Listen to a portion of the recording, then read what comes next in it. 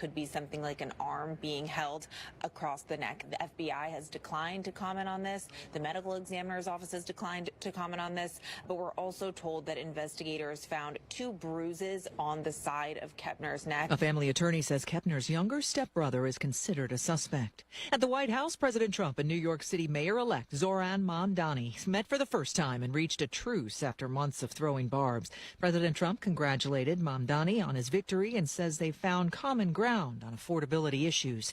Despite concerns over inflation, AAA estimates nearly 82 million people will fly or drive this Thanksgiving holiday. This is ABC News. Medical groups, including the American Academy of Pediatrics, pushing back on the Trump administration's updates to the CDC website, saying it raises concerns about misinformation when it comes to vaccines and autism. The CDC website changing to say now, quote, the claim vaccines do not cause autism is not an evidence-based claim. That's a change from prior CDC website language. Dr. Deborah Hurry, former chief medical officer and deputy director for program and science at the CDC, recently resigned, she says, in response to RFK Jr.'s leadership. The science is clear. There's been over 40 well-done studies on millions of kids and several countries that have shown that there's not a link. In Nigeria, the Christian Association of Nigeria says 200 school children along with staff members were kidnapped by unidentified gunmen in an attack on a Catholic boarding school in the western part of the country. It comes just days after 25 schoolgirls were kidnapped from a nearby state. One managed to escape. Michelle Franzen, ABC News. I'm WRBI meteorologist Megan Mulford with Southeastern Indiana's most reliable forecast. Cloudy skies expected with fog and spots tonight with a chance for showers. Lows around 43. Northeasterly winds at around 5 miles an hour. Daytime highs approaching 52 with fog and spots early tomorrow. Slight chance for showers. Currently 47. Country 103.9 WRBI.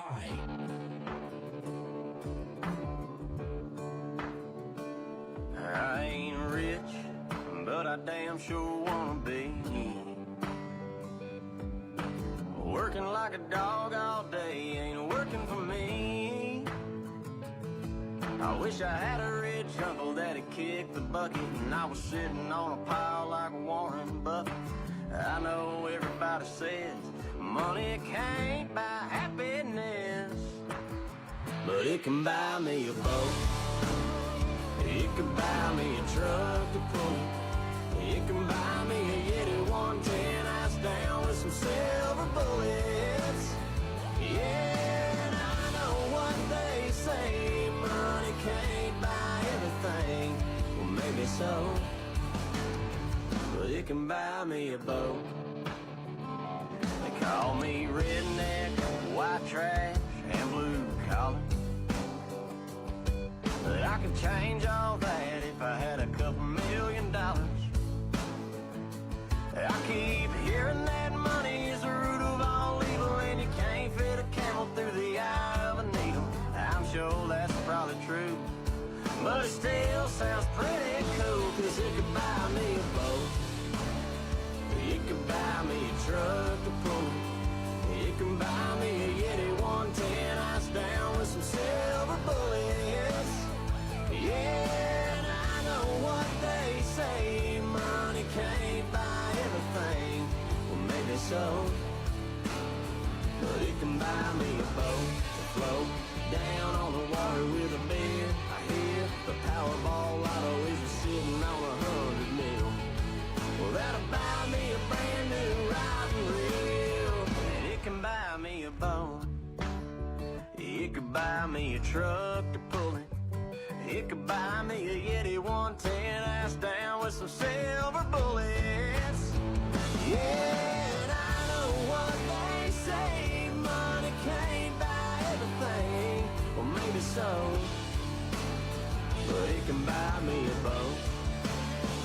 Yeah, and I know what they say, money can't buy everything. Well, maybe so, but it can buy me a boat. Yeah, you can buy me a boat.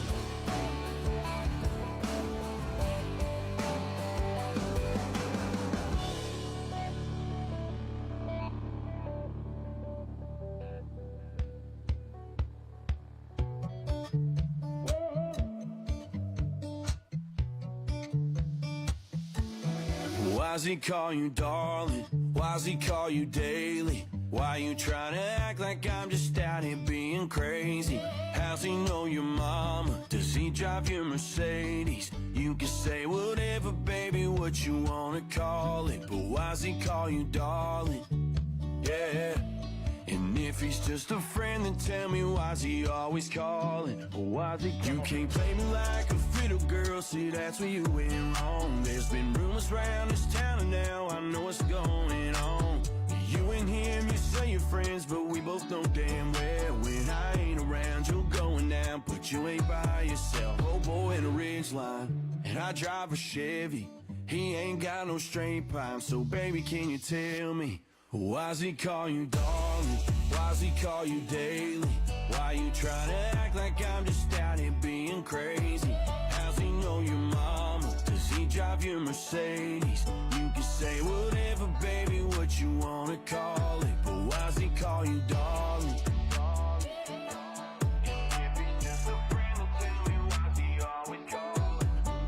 You've been beating around the bush so much you're knocking off the dreams. I got my own.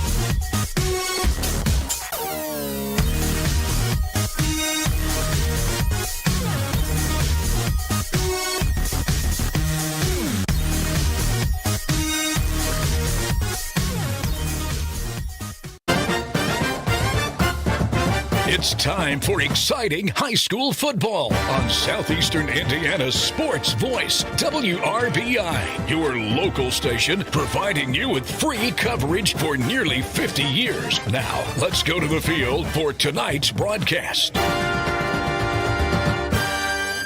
Good evening and welcome to the TP on the campus of Milan High School. It is Class 1A South Semi-State action between the South Putnam Eagles and the Milan Indians. Tonight's game is brought to you on WRBI by Bruns Gutzwiller, the Reservation Restaurant, Napoleon State Bank, Moore Law Office, Hummel Winters Insurance, Ivy Tech Community College, Straber Oil Company, Beck Properties, Ison's Family Pizza, Batesville Dental, H&R Block, Franklin County Farmers Mutual Insurance, Randall Equipment, the Milan 54 Museum, Mary Huntington Allstate, Gehrings, and Whitewater Motor Company. And a good Friday evening to you. I'm Tom Snape along with Rob Ferry as we get ready for tonight's battle between the second-ranked South Putnam Eagles, 11-2 on the season, and the Milan Indians, 7-4 on the year. And Rob LaFerry, here we are at Semi-State, and Ryan Langfordman experienced this as a player in 1996 under the late Bob Brookbank as head coach.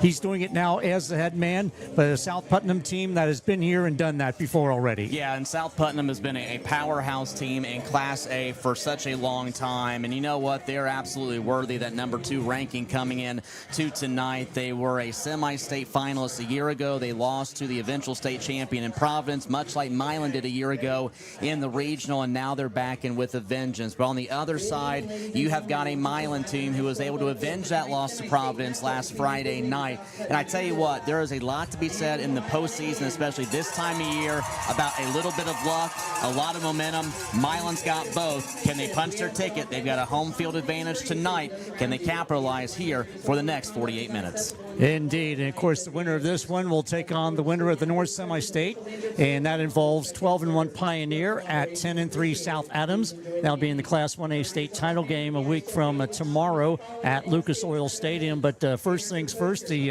tail of the tape here. Chuck Sorrell in his seventh year at South Putnam with a record of 63-20 and a 67-46 overall record in 10 years.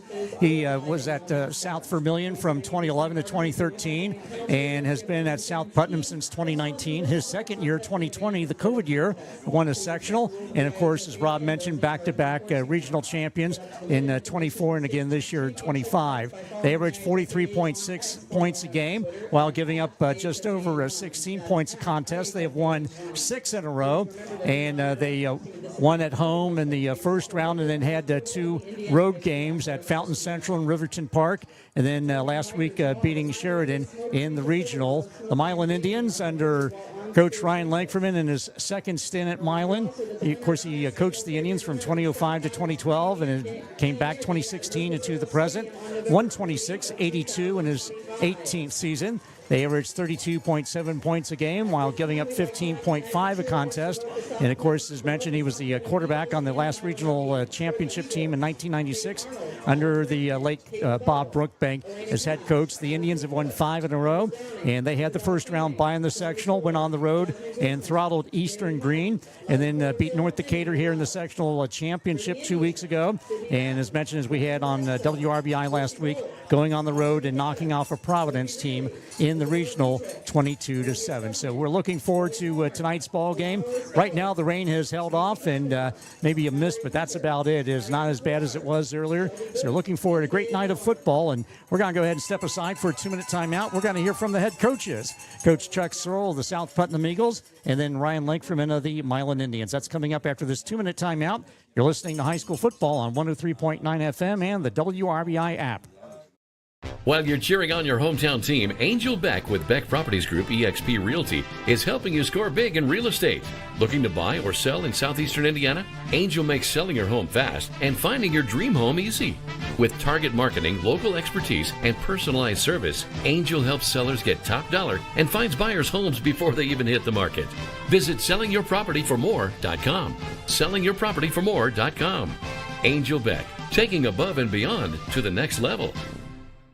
Franklin County Farmers Mutual Insurance at 125 Main Street in Brookville was founded in 1900. And they're not just for farmers. Get your auto and home insurance through Franklin County Farmers Mutual Insurance Company too.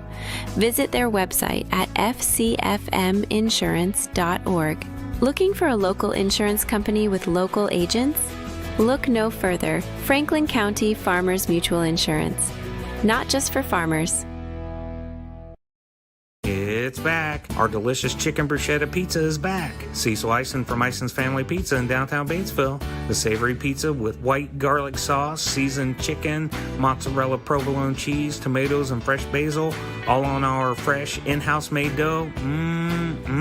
Come try this or any of Batesville's best pizza at 117 East George Street, IsonsFamilyPizza.com, 812-933-0333. Ison's Family Pizza's famous chicken bruschetta pizza is back. Hey football fans, while Ivy Tech Community College doesn't have a football team, what it does have is your play to a great future. Earn a short-term certificate to quickly get into a high-wage, high-demand career. Earn your associate degree in a wide variety of programs for a more affordable transfer to a bachelor's degree. Classes are offered in person and online at the Lawrenceburg and Batesville locations. For more information, email r11express@ivytech.edu. Your free source for local sports, WRBI.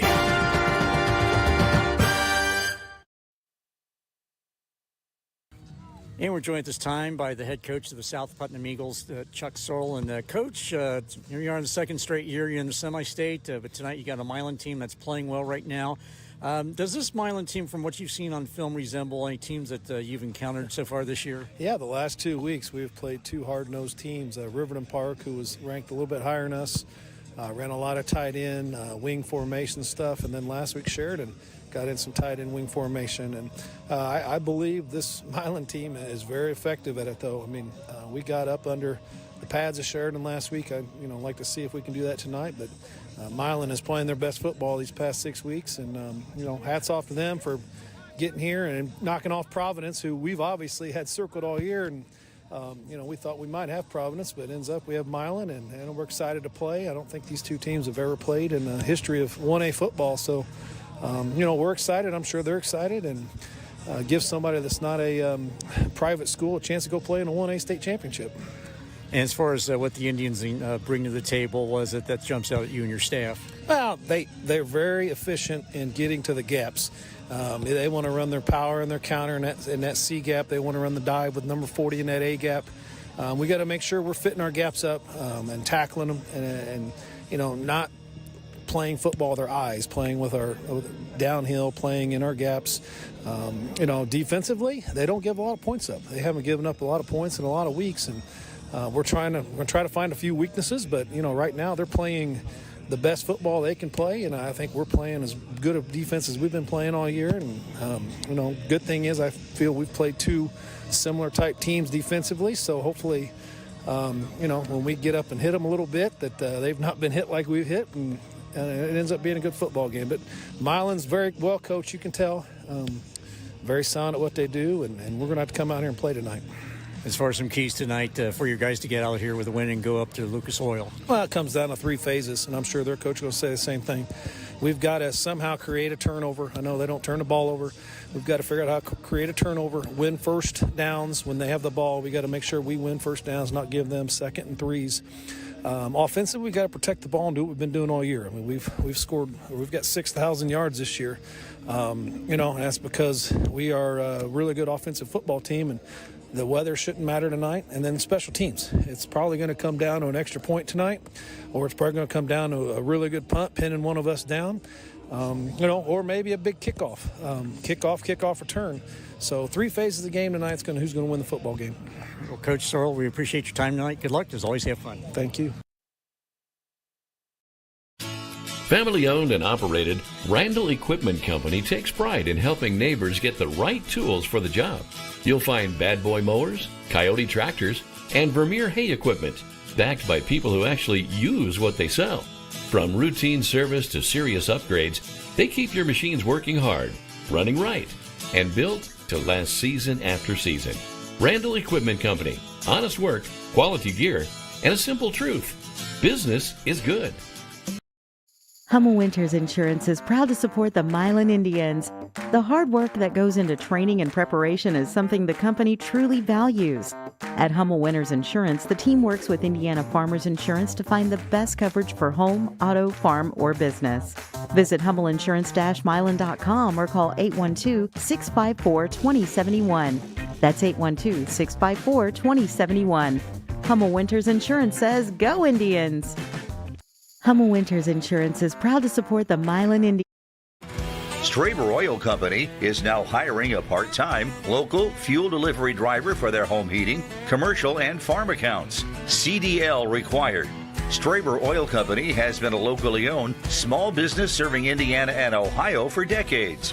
Put your CDL to work making local deliveries for Straber Oil Company by calling 812-934-2910 or stop by their office at 628 East Pearl Street in Batesville. You only have one smile. Make yours the best it can be with Batesville Dental. For over 40 years, Batesville Dental's provided the latest technology in their state-of-the-art facility. They strive to make your visit a pleasure. Doctors Broughton, Liedermeyer, and Roberts and their staff offer preventative care, Invisalign, implants, extractions, and cleanings to keep your mouth healthy and your smile beautiful. Batesville Dental, 391 Northside Drive, Batesville. You only have one smile. Make yours the best it can be. Batesville Dental. The most and best high school sports is on WRBI.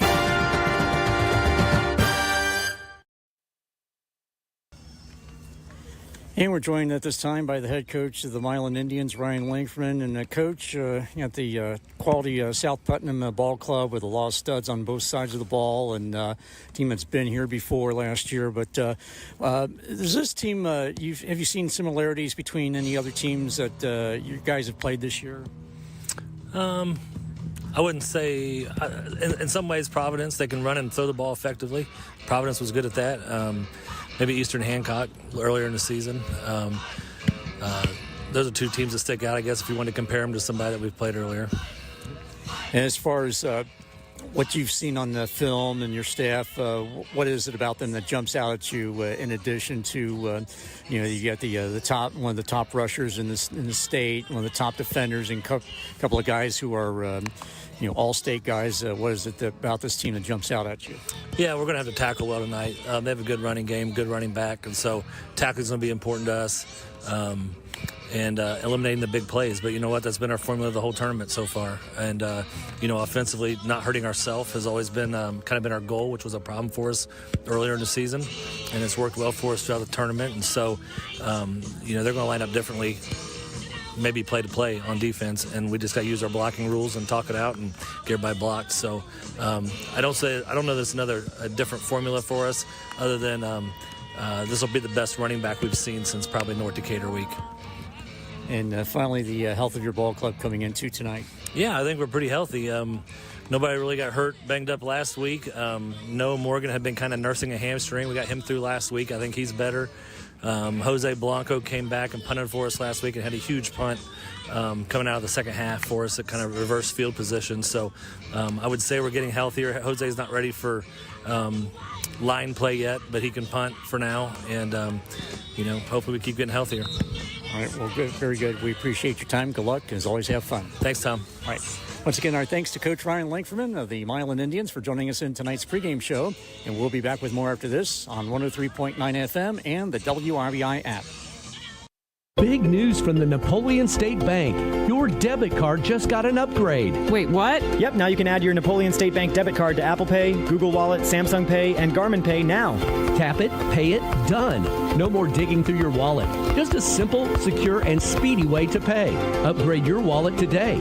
Add your Napoleon State Bank debit card to Apple Pay, Google Wallet, Samsung Pay, and Garmin Pay now. The Napoleon State Bank. No wallet, no problem. Locally owned since 1903. Member FDIC. The Reservation in Milan celebrates gathering families with delicious, affordable cooking in a warm, welcoming atmosphere. This local favorite serves up heartfelt meals and true small-town hospitality. Open Monday through Saturday from 7 a.m. till 8 p.m., the Reservation invites guests of all ages to slow down and enjoy real comfort food. Southeastern Indiana knows good eats, and the Reservation in Milan is celebrating 40 years of proving it. With friendly service and flavor that feels like home. Step into Indiana sports history at the Milan 54 Hoosiers Museum in historic Milan. This unique museum celebrates the tiny Milan High School team that stunned the basketball world in 1954. Explore memorabilia from that incredible underdog championship and the movie Hoosiers that brought the story to life. Experience the pride, the history, and the magic of small-town tradition at the Milan 54 Hoosiers Museum. Learn more by visiting milan54.org. That's milan54.org. Let's be real. Everyone is looking to cut costs. And now you can, without cutting coverage. Allstate just lowered the cost of car insurance. It's the same dependable coverage, just easier on your wallet. So if you want a better deal, check Allstate first. Just call your local Allstate agent, Mary Huntington, to get a quote that could save you hundreds. Not available in every state. Rates and savings vary. Southeastern Indiana's sports voice, WRBI. And welcome back to the TP at Milan High School as we get ready for this Class 1A South Semi-State between the South Putnam Eagles and the Milan Indians. And excellent crowd tonight, as you can hear, and the Milan Indians making their entrance onto the field, running through the tunnel set up by the band. They are in black from head to toe. Black helmets, black jerseys, black pants with the gold numerals, letters, and trim. And the South Putnam Eagles across the way have the white helmets. They have the white jerseys and the blue pants and the blue numerals and the trim letters and numerals. So a good crowd here tonight. A lot of folks, of course, Milan folks packed the stands. Extra stands brought in on the visitors side from the city of Lawrenceburg. In fact, they not only hauled them, but they also set them up, Rob. And what a crowd for the folks from the Greencastle Cloverdale area made the trip. Yeah, absolutely. And, this is a madhouse tonight. Parking is all the way back behind the football field. There's multiple lots that are already sold out. It's standing room only here on the Milan side. So this is what high school football is all about. And both of these communities know that a win tonight sends you to Indianapolis to the IHSA state finals. For Milan to be the first time in program history, would love nothing more than to spend Thanksgiving weekend over at the home of the Indianapolis Colts. Indeed. And with that, we're going to go ahead and step aside for a 2-minute timeout. We'll be back with the kickoff after this 2-minute break. You're listening to High School Football on 103.9 FM and the WRBI app. This year, make sure your home can handle the joy and the mess. From fingerprint-resistant refrigerators to dishwashers that make cleanup easy, Whirlpool appliances are built for real life. Spend your time making memories, not scrubbing dishes. Right now, find holiday savings on Whirlpool appliances at Garing's in Batesville. We'll deliver, install, and haul away your old for free. A gift for your kitchen is a gift for everyone. Visit Garing's at 316 North Main in Batesville or online at GaringInc.com. When you think of the great places you've shopped, the places that really made you say, wow, what did you experience? A great selection of products, a convenient location, great pricing, a passionate staff you can trust, great financing options. Well, you just described how awesome it is to buy a car at Whitewater Motor Company in Milan. At Whitewater, you get a fantastic selection, great pricing, awesome people, and lots of credit options. Shop with the people you know in the car business.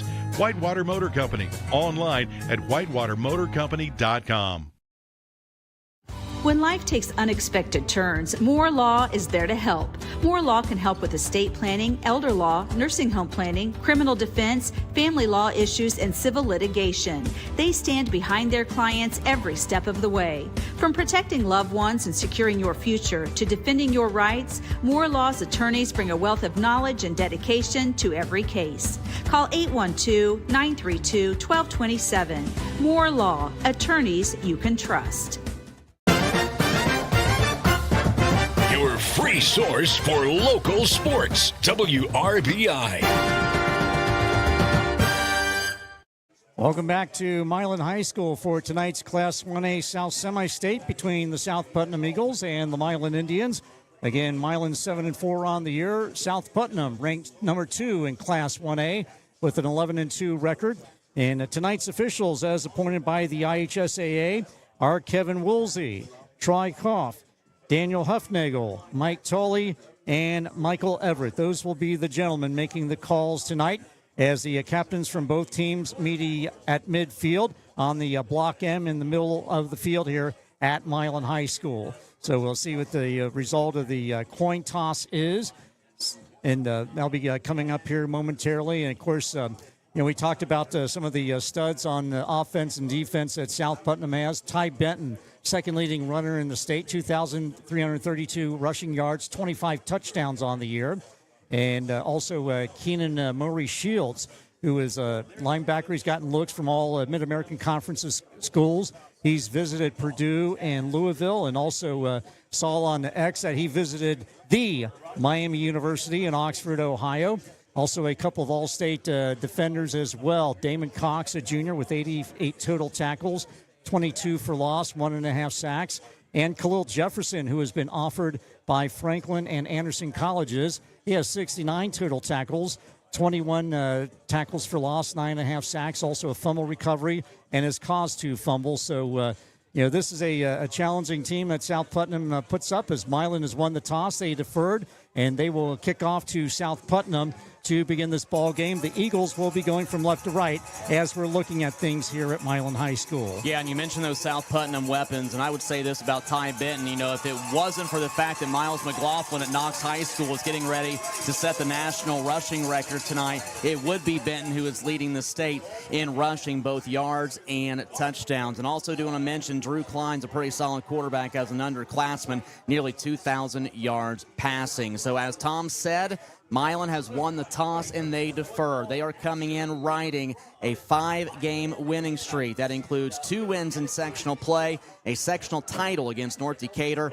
last week, winning the regional 22-7 over defending state champion Providence. Meanwhile, South Putnam coming in, they are 11-2, 6-game win streak for the Eagles. They defeated Fountain Central, Riverton Park in the semifinals and sectional title game. Riverton Park, they win that one 29-21 in overtime. And then last week, taking out a perennial power in Class A, that being Sheridan 26-6. On paper, a lot of similarities in terms of offense and defensive numbers. We'll see how it all unfolds tonight. It's Milan, it's South Putnam, Class A South Semi-State. And here with the call on a rainy Friday night, none other than Tom Snape. Thank you very much, Rob LaFerry. Back deep for the South Putnam Eagles are Branson Ensor and also Blake Witt. They're standing inside the 15-yard line, getting ready to receive this kick. And doing the honors for the Milan Indians will be Nick Voss getting ready, and he's teeing it up. And we're about ready to get it on. The Class 1A South Semi-State for the right to go to the 1A championship game against either Pioneer or South Adams next Friday morning at 11 at Lucas Oil Stadium. So here we go. Could be a black and gold Friday if the Milan Indians can get to the state capitol. So Voss and everybody's teammates ready to line it up and ready to kick it off from right to left. Voss advances on the ball. A high kick. It's going to be fielded on the near side, and letting it go is Ensor. He picks it up inside the 10, gets away from one man, stumbles forward to the 15 and knocked out of bounds. And that's where the South Putnam Eagles will start out first and 10. Bit of a miscue back there on the part of Ensor coming up with that kick return, and they're going to mark him out of bounds at the 16-yard line. And that's where South Putnam will start out first and 10. Led by junior quarterback Drew Klein. 1,846 passing yards, 22 touchdown passes, 5 interceptions, a quarterback rating of 120.5. He's also rushed for 421 yards and 10 TDs. Operating out of the shotgun, he claps his hands, send a man in motion, and we got a fake and a guy have a false start. It's going to be whistled against South Putnam more than likely as they sent the aforementioned Ty Benton in motion. And then actually it's going to be an offside, will be whistled against the Milan Indians. So someone lined up in the neutral zone, and that's going to give the Eagles a gift 5 yards. So that will move the ball up to the 21-yard line. So first and 5 Eagles at their own 21-yard line. You wonder if that's just a little bit of nerves on the part of Milan here in their first semi-state since 1996. Send a man in motion. That is Benton, and he'll hand it off. And running to the right side to the 25, to the 26, finally dragged down is the second man through, and that is the running back. That is number 11, Keenan Murray Schlegel, runs forward to the 26-yard line. So a first and 10 for the South Putnam Eagles as they pick up the easy 5 yards, the easy first down after the Milan offsides penalty. They have twins to the top side of the formation, one to the near side. And a little bit of moving in the backfield, pre-snap motion. Klein claps his hand, operating out of the shotgun. Is going to fake the handoff, going to roll out to his left, looking, firing upfield, and caught across the way beyond the stick. Should have the necessary yardage for the first down for the South Putnam Eagles. That is Blake Witt, the receiver, as Klein rolled out to his left and found Witt in the flat. Yeah, and I think that's going to be an issue for Milan tonight, or at least something that's going to challenge him. We have not really seen an offense that's trying to expose things with just a short pass or with the slant pass, and they're actually going to say, Tom, incomplete. It went off the hand of the receiver. 2nd and 10, Milan catches a break. Yeah, he did. It did go off his hands out of bounds, actually, so 2nd and 10, and got to hand it off. And going forward and for a couple yards, and not much going on there. Just absolutely stonewalled by the defense was Ty Benson, the junior running back with 25 touchdowns on the year. Second in rusher in the state with 2,332 yards. He picked up, did not pick up any yardage on that, so he was absolutely stonewalled by several black-shirted Milan defenders. So it's going to be a 3rd and 10 for South Putnam at their own 28-yard line. Operating out of the shotgun is Klein. Benton off to his right hip. Snap back to him, looking, firing, and throwing over the middle. And off the hands of his intended receiver, he tried to hit Khalil Jefferson, Jefferson might have looked upfield a little bit because he had all kinds of daylight. So with that, it's going to be a punting situation for the South Putnam Eagles. Well, it's a pass across the middle. It should have been caught. That's probably two passes that should have been caught by this South Putt team. But Milan's defense, they will take it. They prevent anything from occurring. And this should be some decent field position. We'll see what kind of special teams South Putnam brings to the table. And back to punt is Owen Booksbury. He is a freshman. And Milan should get out of this with pretty good field position. Snap back.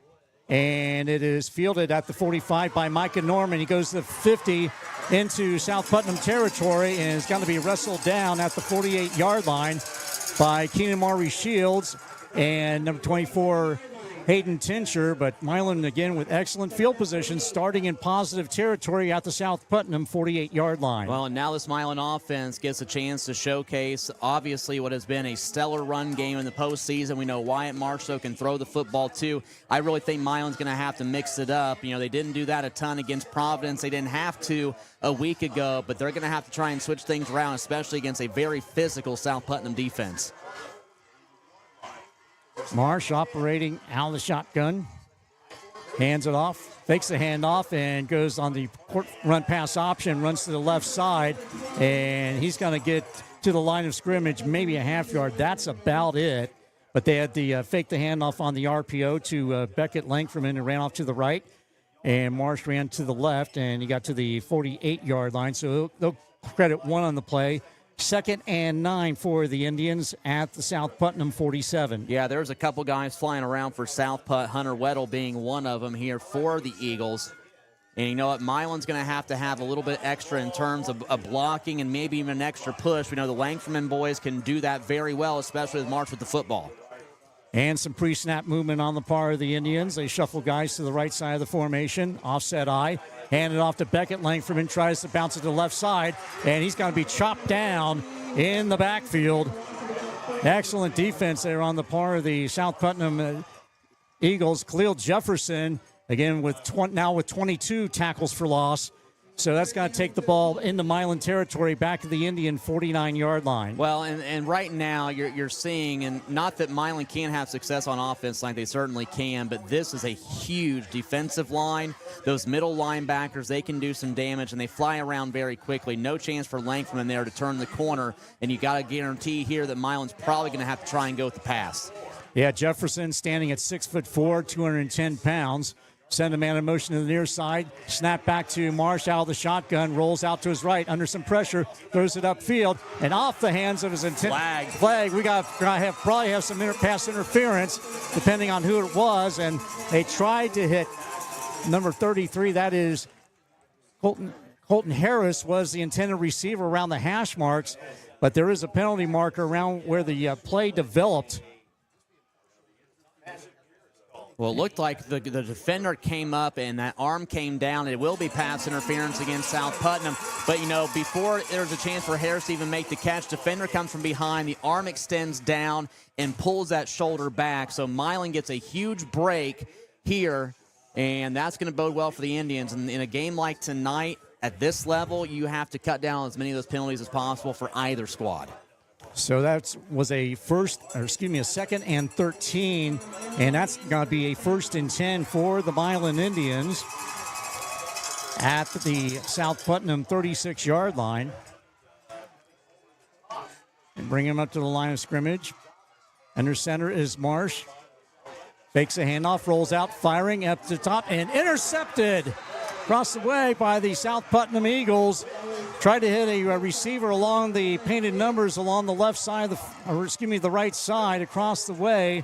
And the first turnover of the night belongs to the Milan Indians on the interception. Well, there was just a very brief window where Grant Langfordman, they put him downfield, and just a small window where he was open. But again, this is such a quick defense. Now the secondary showing their quickness is able to go over to the far side and make the snag. Now, at least the positive here for Milan is South Putnam is pinned back deep. They are still at their own 20-yard line. And Brody Birds with the interception for the Eagles. 1st and 10 at their own 20-yard line. Klein claps his hands, hands it off, and rumbling forward to the 25, and that's it, is the ball carrier, Ty Benton. So Benton with a good carry on that one. He's going to pick up 5, maybe about 5 on that. So it'll be a 2nd and 5, South Putnam at their own 25-yard line. 8:10 to go in the opening period. No score between Milan and South Putnam. Well, you know South Putnam's going to try and use the run game to wear down this Milan defense. They have to be able to get themselves off the football field. That might be a penalty against Milan. No flag, though. Nope. And they hand it off to Benton, and he rumbles his way forward to the 29-yard line, a yard short of the first down. Yeah, I'm surprised I didn't see a neutral zone infraction there against Milan, but no flag. They let him play on, so it'll be a 3rd and 1, South Putnam at their own 29-yard line. Approaching 7.5 minutes to go here in the opening period. No score between South Putnam and Milan in this Class 1A South Semi-State. Klein operating out of the shotgun, claps his hand, reaches and hands it off to Benson, and he's going to get forward, and he should have the necessary yardage for the first down and then some. He needed to get to the 30. He got to the 31. Yeah, just enough of a push. Milan's doing a good job of wrapping him up and bringing him down, but he's just got enough of a push to inch his way downfield. So reset, move the chains for South Putt. Yeah, Benton at 5'10", 185 pounds. He is a powerhouse back there. Klein claps his hands out of the shotgun, looking, firing. He has all kinds of protection. Now he's going to step up into the pocket and run it. Gets to the 35, cuts it to the near side inside the painted numbers, and down to the 46-yard line, wrestled out of bounds on the near side by Grant Langferman. But not before a fresh set of downs for the South Putnam Eagles as he gets it to the South Putnam 46-yard line. Yeah, and those are plays that Milan's going to have to prevent tonight. When things break up, you can't allow Klein to get out on the run. He's got some ability, a little over 420 rushing yards this year with 10 touchdowns. 1st and 10, Eagles at their own 46. Operating out of the shotgun is Klein. Hand it off. And going to the right side, bounce it to the outside, and that will be Benson, and he's going to be ushered out of bounds on the near sideline in front of the Milan bench. It was a really good job by Milan's number 5. That was Luke Hendren. Yeah, he had good contain on that one. So he picked up just 2 on that one. So it'll be a 2nd and 8, South Putnam at their own 48-yard line. 6:18 to go here. The clock stopped after Benson ran out of bounds. And I like the word contain, Tom, because I don't think you're going to be able to stop Ty Benton tonight. But it's kind of like Corbin Thackeray a couple weeks ago for North Decatur. Just do enough to make him ineffective. Snap back, looking, firing, running up to the left side, and over the hands of his intended receiver, tried to go to Blake Witt. He was on the Black M logo at midfield around the Milan 46-yard line, not able to flag that one down. So it'll be a 3rd and 8 for the South Putnam Eagles at their own 48-yard line, 6:11 to go in the first quarter. Well, as long as they can contain Klein, Milan's done a great job of flushing him out and making him scramble, and that time had to force him to throw the football away. So another big 3rd down coming up here for Milan's defense. Might be a bit of a backbreaker here to allow this one, as South Putt's got to get to the Milan 44. Play clock down to 7. Twins split to the near side. And they bring up Benton in the slot, all alone in the backfield, and we've got a whistle and penalty marker on the field, and I believe that might be close to the delay of game because it was awfully, and it'll be a procedure penalty will actually be called against South Putnam, so that's going to back them up 5. 2 penalties now on South Putnam, so this goes from 3rd and 8 to 3rd and 13. So that'll take the ball back to the Eagle 43-yard line. And some wholesale subs coming in for the Eagles across the way.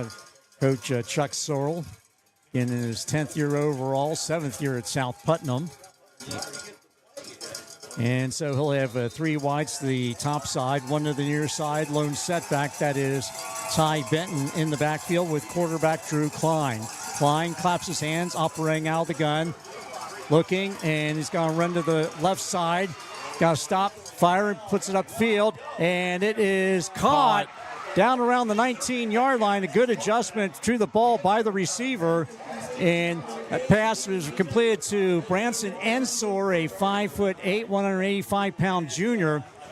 Good adjustment on the ball, and that's the deepest penetration of the night for South Putnam, all the way down into Milan territory around the 18-yard line. Yeah, and with Ensor, he was the one that literally just came in right before that play even started, so they knew they were putting in a deep threat, and for Milan, that's just one you have to be able to prevent.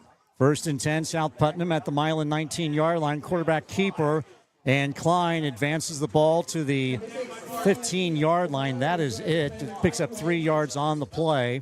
Well, now we're going to see what Milan can do inside the red zone. They have had a great success in this postseason of that bend, don't break defense, and we have seen them make stands here in this area of the field. But, again, it's got to be able to mix things up defensively and keep your guys flying around, whether it's going to be that run with Benton or with Klein trying to go. 2nd and 8. South Putnam at the Milan 15-yard line. Snap it back, fake the handoff, and trying to hit the back judge. And he was looking for Khalil Jefferson on a slant pattern, ended up hitting the official standing just inside the end zone. So the incomplete pass will stop the clock with 5:03 to go in the first period. Tonight's game is brought to you in part by Bruns Gutzweiler, the Reservation Restaurant, also Napoleon State Bank, and Moore Law Office. Poor official never saw that one coming, did he? No, he didn't. He had no chance. 3rd and 8. Hand it off, give it off to Benton. Benton cuts it to the outside. He's got to get in the end zone. We have a penalty marker, however, thrown in the defensive backfield, so hold everything. As Benton runs it to the outside and puts it into the end zone from 15 yards out, but we'll see what this is all about. Well, if it would happen to stand, he went in untouched on the far side, had a huge hole, and it's a penalty against South Putt, so take away the TD. So wipes it out, and this is a South Putnam ball club in the early going here, doing a lot of things that they customarily do not do, which is not commit a lot of penalties. And they have done exactly that. Instead of 3rd and manageable or 3rd medium, they've had to go 3rd and long on a couple of ones. They did convert a 3rd and long on this drive. So that will now set up a 3rd and 12 for South Putnam back at the 20-yard line. And watch Ensor here on the near side. He was the one that caught the deep ball the last time to move the chains. Back to throws Klein, steps up in the pocket, under some pressure, looking, firing in the end zone, and off the back of the end zone, and threw it into the Milan student section, intended for Khalil Jefferson in the back of the end zone. So, and Jefferson asks for the ball back and gets it back from the Milan students in that end zone off to our right. So that's going to be a 4th down for the South Putnam Eagles with 4:47 to go in the opening period. Still no score in his South Semi-State contest. And don't expect South Putnam to go for it. Their field goal kicker has only attempted 1 all season long, and he's missed 13 extra points. There's not a lot of trust there right now. Man, if you can go ahead and make this happen and stop on a 4th down, that is huge again for Milan's defense as we're trickling down to the 4-minute mark. 4th and 12, South Putnam at their own 20-yard line, and we have a stoppage in play. Got a player having to come off. Yeah, a player had to come off because of equipment malfunction or if a helmet came off, but nevertheless, he does have to come off. It was number 8, that's Branson Ensor, who had to come off. So they get a fresh sub in there and lines up to the left of the formation, twins to the near side.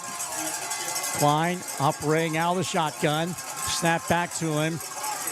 Rolls out to his right, looking upfield, and he's going to chuck it under. He's going to run to the 5, and into the end zone, dives for the pylon, and in for the touchdown. And there's no hankies out there either. Milan finally got contained and was unable to get to Klein. Klein got 2 huge blocks in front, takes off here to this near sideline and makes it happen going in to the corner. So, man, Milan had a huge opportunity to prevent a score and get the football back. But now, just like that, 6-0 South Putt at 4:33 on the clock. Aiden Beasley on for the extra point attempt. As Rob mentioned, he is 44 of 57 on PATs, has missed his lone field goal attempt this year. Al, the hold of Blake Witt, The snap back, the kick, and it might have been blocked, but it is no good. We had a Milan defender coming in. That was Grant Langferman coming in, but the extra point failed. So your score with 4:33 to go in the opening period, South Putnam 6, Milan nothing. Back in 30 seconds on 103.9 FM and the WRBI app. You already know H&R Block does taxes, but you may not know you can get expert help in person or virtually, or that our tax pros average 10 years of experience. You can even request the same tax pro every year, and your biggest possible refund is always guaranteed. At H&R Block, help is here. All tax situations are different. Not everyone gets a refund. Limitations apply. See hrblock.com/guarantees. H&R Block, with convenient locations in Batesville, Sunman, Brookville, Greensburg, and Versailles.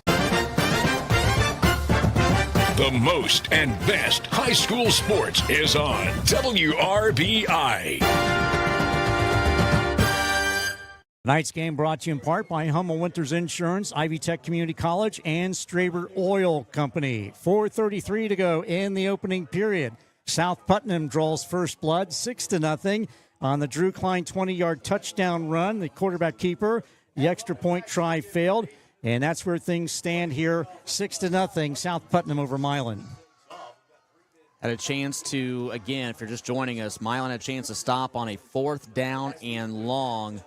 But Klein had some room and was able to convert and puts the Eagles on the board. We'll see what Milan can do here on the kickoff return. It's a short kick. Khalil Jefferson kicking off, and that's going to be picked up at the 35 and twisting his way forward, and finally taken out of bounds is Beckett Langferman on the return. Did a little corkscrew, and there is a penalty marker on the field, and we might see a unnecessary roughness with the hit out of bounds. I don't think it's going to be that. I think they went to midfield or close to midfield. It looked like that one of the South Putnam players just threw a punch at one of the Milan players. So this is going to be unsportsmanlike against South Put. And would not be surprised to see if there's a potential for an ejection, but so far no signal for that yet from the officiating crew. Yeah, I mean, either way, it was going to be an unsportsmanlike, an unnecessary roughness. We thought it might have been on the sideline, but they were obscured by the Milan players in front of us, but that was more toward the middle of the field. And it will be whistled against the South Putnam Eagles, so that's going to give Milan terrific field position. That's going to take it into South Putnam territory to the Eagles' 45-yard line. And that's where Milan will start out 1st and 10, trailing 6-0. 4:28 to go in the opening quarter. Penalties just piling up. Now can Milan take advantage? Wyatt Marsh operating out of the shotgun. 920 passing yards, 13 touchdown passes on the year. Snap back and handed off to Beckett Langferman. Langferman rolls his way forward, and he's going to get down to the 42-yard line. The tough sledding, just a dive right up the middle, and took it down to the, actually going to move the ball to the 41-yard line, so we got the beneficiary of the spot. So that's going to give him a pickup of 4 on the play. It'll be 2nd and 6, Milan at the South Putnam 41. Yeah, it was Lucas Hall who made the tackle for South Put, and Beckett was brought down by Hall, who comes in at 6'3", 250. Now Marsh will operate out of the shotgun, has Beckett Langferman on his right hip. He'll hand it off to Langferman, goes left side, bounces it outside the numbers, and gets it close to the 35-yard line. I'll say he's down around the 36-yard line. That's where they will mark him down, and that's going to be a 3rd and quite manageable, a 3rd and 1 for the Milan Indians at the South Putnam Eagles 36-yard line. Well, I like what Beckett Langferman did. He put his head down, but he had a lead blocker in front, and had his hand back on the back, just trying to navigate around and find a hole. And so the O-line does what they need to do. Langferman finds that hole, and now you got to convert here. Would not be a surprise to see Milan just try and push up, but going to be difficult against his defensive line. Under center is Marsh, and handed off on the misdirection. And as Grant Langferman gets it across the 35 and gets the first down and then some as he takes it to the South Putnam 33-yard line. Nice little misdirection there, counter gap run by the Milan Indians. Well, there's been instances in the postseason we've seen that be a Josh Pettit run, but they're really going heavy here with Beckett Langferman and now Grant Langferman and trying to switch things up just a little bit. South Putnam was not ready for it. And we'll see if Milan just continues to try and run this football, and now down to 2:35 and counting on the game clock. 1st and 10, Milan at the South Putnam 33-yard line. Adams out of the shotgun, claps his hands it off to Langferman, and he rolls to the left side just inside the painted numbers. And he'll get it to the 29-yard line of the Eagles. Well, Wyatt Marsh did a really good job there because he had me fooled. I thought Marsh still had the football and rolling out over on the right side, but hey, they'll take that run too. So pick up a 3 on the play. It'll be 2nd and 7. They're going to mark it just beyond the 30-yard line. I feel like that's a short 7. I thought that was going to be more of a 4-yard pickup there and call it 2nd and 6. Yeah. Yeah, and didn't get the beneficiary there. Under center is Marsh. Has 2 backs and got it handed off and running forward and getting to the 30. And that's about his forward progress. Should take him to the 29, depending on the spot. And see, that was Josh Pettit. Josh Pettit getting up off the bottom of the pile. So the aforementioned Pettit finally getting in there and doing the dirty work there as he has done throughout much of this postseason. And he did a lot of that last week, a lot of grunt yards at Providence. And so he picks up 1 on the play. It'll be 3rd and 6 at the South Putnam 29-yard line. And I think Milan's in 4-down territory regardless. And handed off and running to the left side is Langferman. And Beckett Langferman gets it inside the 25 down to the 22-yard line. That's going to move the sticks. Yep, that'll be another Milan 1st down. So the Indians doing what they've been doing. That's been their calling card this postseason, is running the football effectively, running it out on the perimeter and sealing those gaps and doing what they need to do. And Langferman able to pick up the fresh set of downs. 1st and 10, Milan at the South Putnam 21-yard line, 42 seconds and counting here in quarter number 1. Milan trailing by 6, but looking to dent the scoreboard. And a direct snap given off to Beckett Langferman. He runs it left side and cuts it to the inside. And he's going to get it inside the 20 down to the 17-yard line. And one of the South Putnam defenders, that's number 33, Hunter Weddle, has helmet come off. So he's got to come off for the obligatory 1 play. 19 seconds to go, and that's where it's going to be a pickup of 4 on the play, 2nd and 6 for the Indians. Ball marked at the South Putnam 17-yard line. Milan's got 9 seconds here. They don't have to run a play if they don't want to. Marsh with a tight formation. He rumbles forward and gets it inside the 15 down to and they're going to mark him down at the 15. And that is the last play of the first quarter. So your score after 1, it is South Putnam 6, Milan nothing. You're listening to high school football on 103.9 FM WRBI, Batesville, Greensburg, Versailles, Brookville, Milan. While you're cheering on your hometown team, Angel Beck with Beck Properties Group eXp Realty is helping you score big in real estate. Looking to buy or sell in southeastern Indiana? Angel makes selling your home fast and finding your dream home easy. With target marketing, local expertise, and personalized service, Angel helps sellers get top dollar and finds buyers homes before they even hit the market. Visit sellingyourpropertyformore.com. Sellingyourpropertyformore.com. Angel Beck, taking above and beyond to the next level. Southeastern Indiana's sports voice, WRBI. Tonight's game brought to you in part by the aforementioned Beck Properties, Ison's Family Pizza, Batesville Dental, and H&R Block. After 1 quarter in this Class 1A South Semi-State, it is the South Putnam Eagles with a 6-0 lead. However, the Milan Indians are threatening. They have a 3rd and 4 at the South Putnam 17-yard line. Well, and they can thank a big part of that to the run game, but also on the kickoff return on the ensuing play after the TD by South Putnam, an unsportsmanlike conduct penalty against the Eagles, gave Milan 15 yards. Milan's been marching ever since, trying to throw some different things in with the run game. We've seen a couple direct snaps too. Now 3rd and 4, new 12 minutes on the clock. Wyatt Marsh operating out of the shotgun. He's going to hand it off and give it off to Langferman, and Beckett will get the first down as he got it to the 10-yard line. So that's going to set up a first and goal to go for the Milan Indians at the 10-yard line with 11:52 to go in the second period. Milan trailing 6-0, but they are in scoring position here at the 10-yard line. Well, you would like 7 points if you're Milan, but it is worth noting that Nick Voss has been kicking on the sideline since the late first quarter. So if they need the boot for a short 3, he's got the power to do so. And he's ready to go. First and 10, goal at the 10-yard line. And snap back and hand it off to Langferman. And Langferman rolls forward to the 5, down to the 4-yard line. Just that quick hitter running to the left side.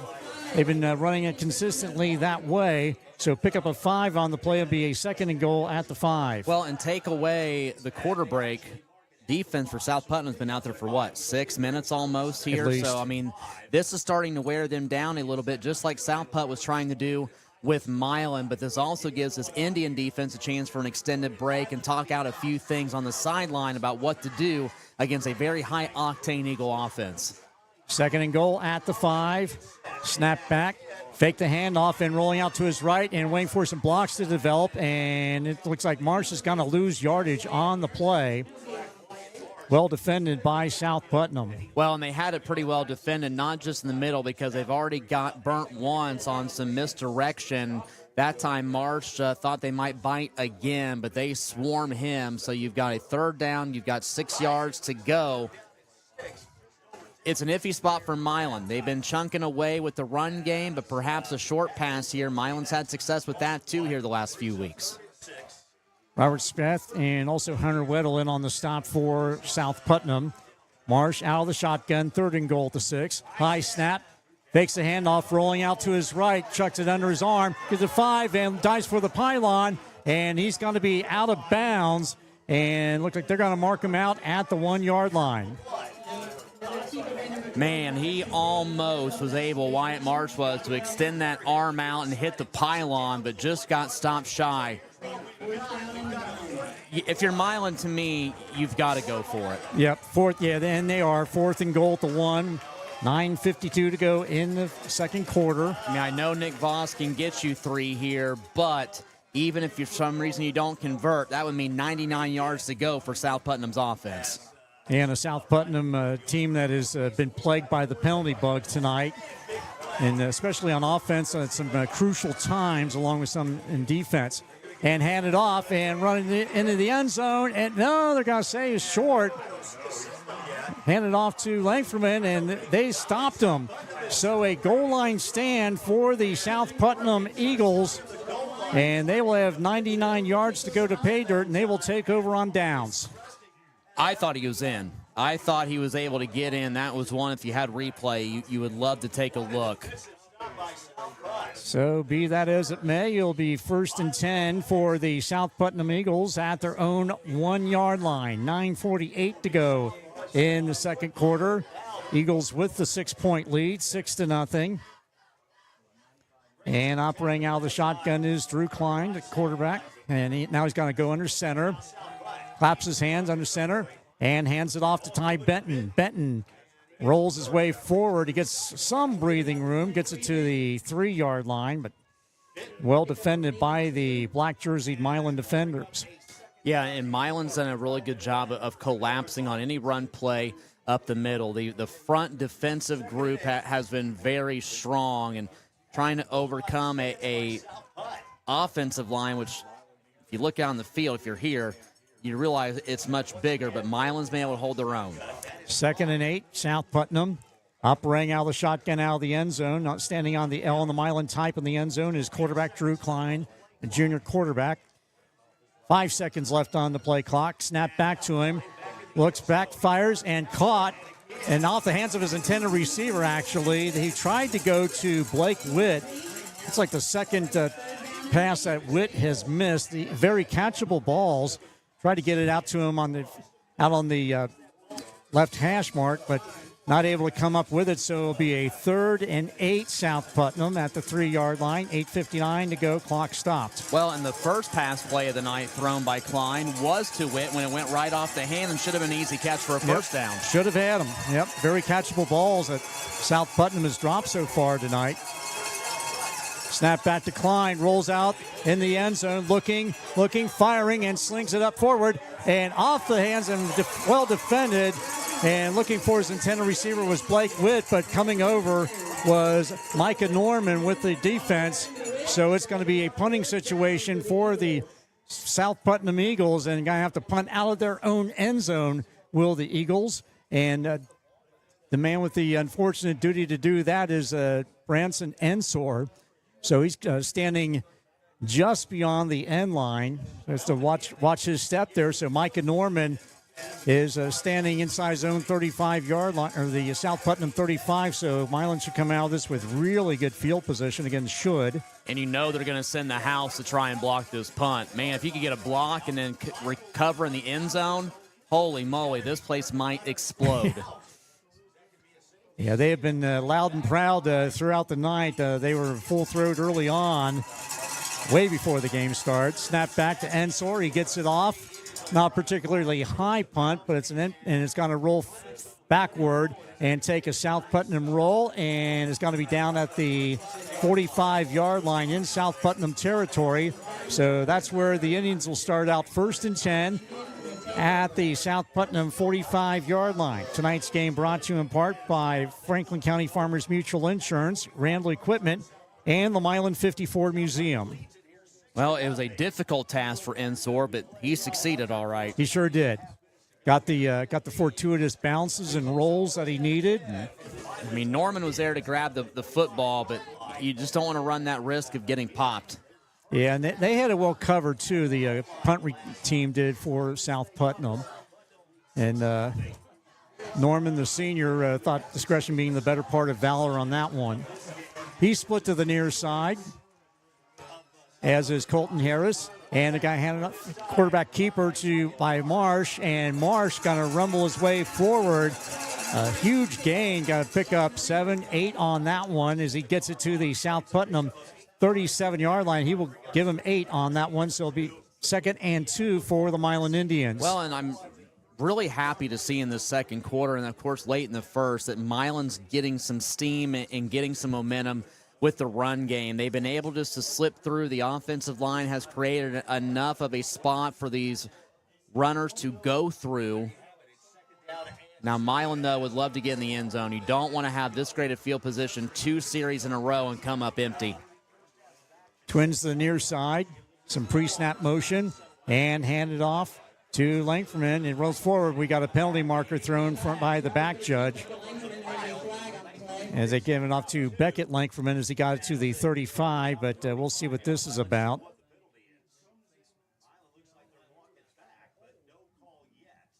And see the white hat give the signal. It'll be holding, will be against the Milan Indians, so that'll back them up 10. So instead of a 2nd and 2, it'll be a 2nd and 12. And that's going to take it back to the 47-yard line. Still in South Putnam territory. It's only a second penalty tonight for Milan. Yep. First one was a neutral zone infraction. That was on the first play of the game after the kickoff. So 2nd and 12, Milan. Nose of the football at the South Putnam 46-yard line. They split Norman and Harris to the near side. And Wyatt Marsh out of the shotgun, looking under some pressure, firing to the near side, and over the head of his intended receiver. Reaching for it was Colton Harris on the near sideline, just not able to come up with that one. But again, Marsh was under duress, and getting in there was Khalil Jefferson, the 6'4", 210-pound defensive lineman, the senior, and applied all kinds of pressure there. So incomplete pass will stop the clock with 7:40 to go. In the second quarter, it'll be a 3rd and 12, Milan, at the South Putnam 46. Yeah, and that pass, Harris is wide open, but as you mentioned, Marsh under duress, pass just goes a little too high. Harris tried his best just to leap up and grab, and no can do. Marsh operating out of the shotgun. And it's going to fake the handoff. He's going to rumble forward to the 40. He's got and it. down to the 45, and he's got the first down and then some as a helmet comes off of one of the South Putnam Eagles. Again, that is Hunter Weddle. Second time he's lost his lid tonight and has to go off for the obligatory one play. But the overlying story there, the fact that Marsh on the quarterback keeper ran it right up the middle and got it to the 35 for another first down for the Milan Indians. Yeah, and Marsh got popped at the end of that play. He was a little slow to get up. He says he's good to go, but trying to shake a cobweb or two off after a great run up the middle. So 7:20 and counting here before halftime. It is South Putnam with the 6-0 lead. However, Milan with the football, 1st and 10 at the 35, and Ryan Lankfordman's going to call a timeout, his first. We'll do likewise. 7:13 to go in the second quarter. Your score, South Putnam 6, Milan nothing. Back in 30 seconds on 103.9 FM and the WRBI app. Franklin County Farmers Mutual Insurance at 125 Main Street in Brookville was founded in 1900. And they're not just for farmers. Get your auto and home insurance through Franklin County Farmers Mutual Insurance Company, too. Visit their website at fcfminsurance.org. Looking for a local insurance company with local agents? Look no further. Franklin County Farmers Mutual Insurance. Not just for farmers. Your free source for local sports. WRBI. 7:13 to go in the second period in this Class 1A South semi-state game. It is the South Putnam Eagles with the 6-0 lead over the host Milan Indians. It'll be a 1st and 10 for Milan at the South Putnam 35-yard line. Ryan Lankfordman just called his first timeout. Chuck Sorrell on the South Putnam side of the field across the way has all three of his. Snap back to Marsh, hands it off to Lankfordman on this direction. He runs it left side outside the hash, and he's got to pick up 5 on the play, the freshman running back, and take it down to the 31-yard line of South Putnam. Scoreboard update from the Class A North Semi-State tonight. Pioneer leading South Adams 7-0. Winner of that one, of course, plays the winner of our game here tonight, next Friday morning. Yep, 12-1 Pioneer Panthers and the 10-3 South Adams Starfires going at it in the North Semi-State. That's a cool one. Yeah. Starfires. Starfire, yeah. Doing my research this week, I say, hey, I like that. That's pretty slick. Pick up a 4 on the play by Lankfordman, 2nd and 6. Ball at the 31-yard line. Older brother Grant goes in motion to the far side, and Beckett runs it to the 30, and that's going to be it. He's going to be shoved back, but his forward progress took him to the 30-yard line. He'll pick up just 1 on the play. It's doable here at 3rd and 5. And getting in on the stop for South Putnam was Wyatt Smith, also Hunter Weddle, who returned after the obligatory one play off because his helmet became dislodged. So 3rd and 5, Milan at the South Putnam 30-yard line, approaching 6 minutes to go before the break. Colton Harris split to the near side. Micah Norman up top and hand it off to Lankfordman, and Beckett will run it forward, and it's going to be close to first down yards. He's going to be short by about a half yard. Got to say he's going to be at the 26-yard line. Needed to get to the 25. And, of course, you now go for it again with that 1 yard to go. The last time it was 1 yard away from the end zone for Milan, and now it's just 1 yard away to get to the 25 and extend. So 4th and 1, Milan at the South Putnam 26-yard line, 5:28 and counting before the break. I feel like South Putnam has barely had the football, and they have not. I mean, they only had it for a split second here in the second. The rest has been Milan controlling the clock despite trailing. And some movement up front, and that's going to go against South Putnam, so it's going to be a gift yard, 5 yard, and the first down.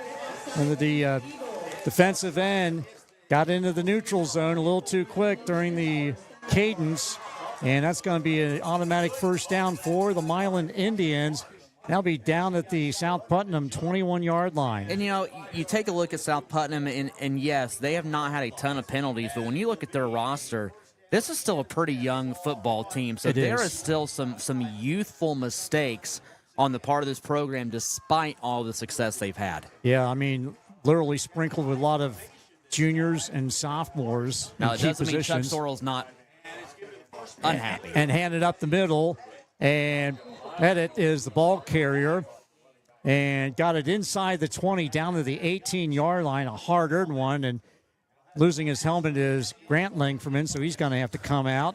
So, it's one of those kind of ball games when you're seeing guys losing their helmets left and right. But so Grant Langford comes off, and he's going to get looked at. I don't know if he got popped or whatever, but he's going to be attended to by the athletic training staff on the near sideline, looking around his nose, around his eye. I'm waiting for his dad to come over and say, hey, suck it up. Yeah, rub some dirt on it. Yeah, rub some rubber pellets on it. Pick up a 2 on the play, 2nd and 8. The ball at the 19-yard line. Snap back and faking the handoff. And on the run pass option is Wyatt Marsh. And Marsh will carry it forward to the 12-yard line. So that RPO running to effect, which we've seen a lot of in this postseason from the Indians. And he runs forward and gets it inside. And it's going to be a 3rd and 1 for the Indians at the South Putnam 13-yard line, approaching the 4-minute mark here in the second quarter. Milan trailing 6-0. However, they are knocking at the doorstep. Yeah, 1's been the magic number, I feel like. Yeah. Well, Three Dog Night said years ago, 1 is the loneliest number. That is very true. 3rd and 1. Snap back and hand it off to Beckett Langford. Langford darts his way forward. I don't think he got it. I don't think he did either. The Indians on the near sideline saying he got it, but he did not. And got to be short by a yard. So it will be a 4th and 1. Of course, Milan will go for it. So Langford, the ball carrier, and that's Beckett Langford. This game did not get it. This game certainly has had enough moments in the first half of on the edge of your seat. Between going for on 4th downs for South Putt, Milan converting here with 1 yard to go. Been a fun one so far. Yes. Tight formation, I formation, under center, and hand it off, and going up the middle is Josh Pettit, the fullback, and he gets the necessary yardage +1, takes it in to the 9, or actually Grant Langford back into the ball game, carries it, and he gets going to move the sticks. It'll be a 1st and goal for the Milan Indians. Ball just inside the 10-yard line. And I know you mentioned Josh Pettit there. It wasn't him with the carry, but still, you mention him because South Putnam's really starting to have to guess who's getting the ball. And this is what Milan's strength has been during this huge win streak here at the end of the year.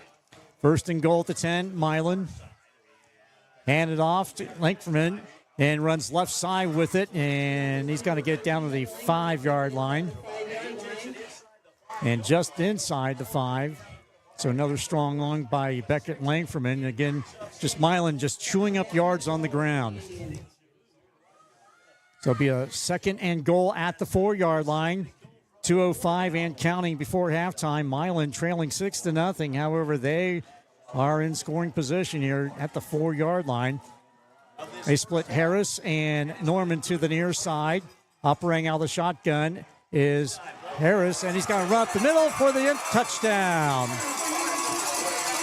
Wyatt Marsh, the ball carrier, faked the handoff and gets into the end zone, and we're tied at 6. Huge drive by the Milan Indians.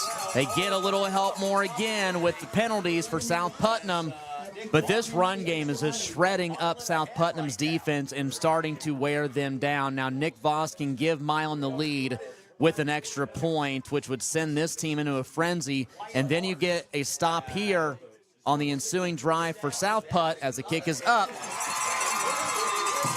And it is good out of the hole from Mason Baylor. So Nick Voss converts, and the Milan Indians take a 7-6 lead. 1:46 to go before halftime. We'll be back in 30 seconds on 103.9 FM and the WRBI app.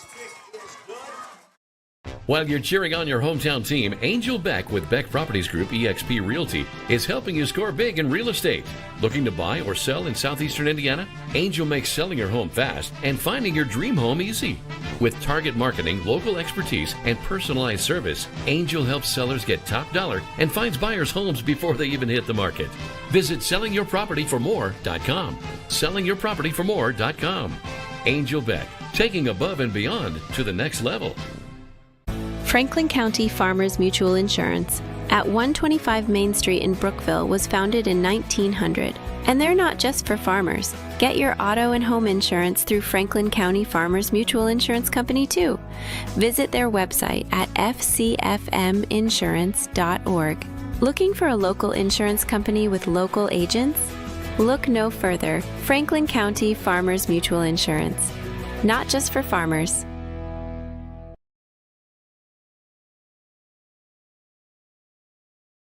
Take their first lead of the night, 7-6. Wyatt Marsh, a 4-yard run. Nick Voss added the extra point.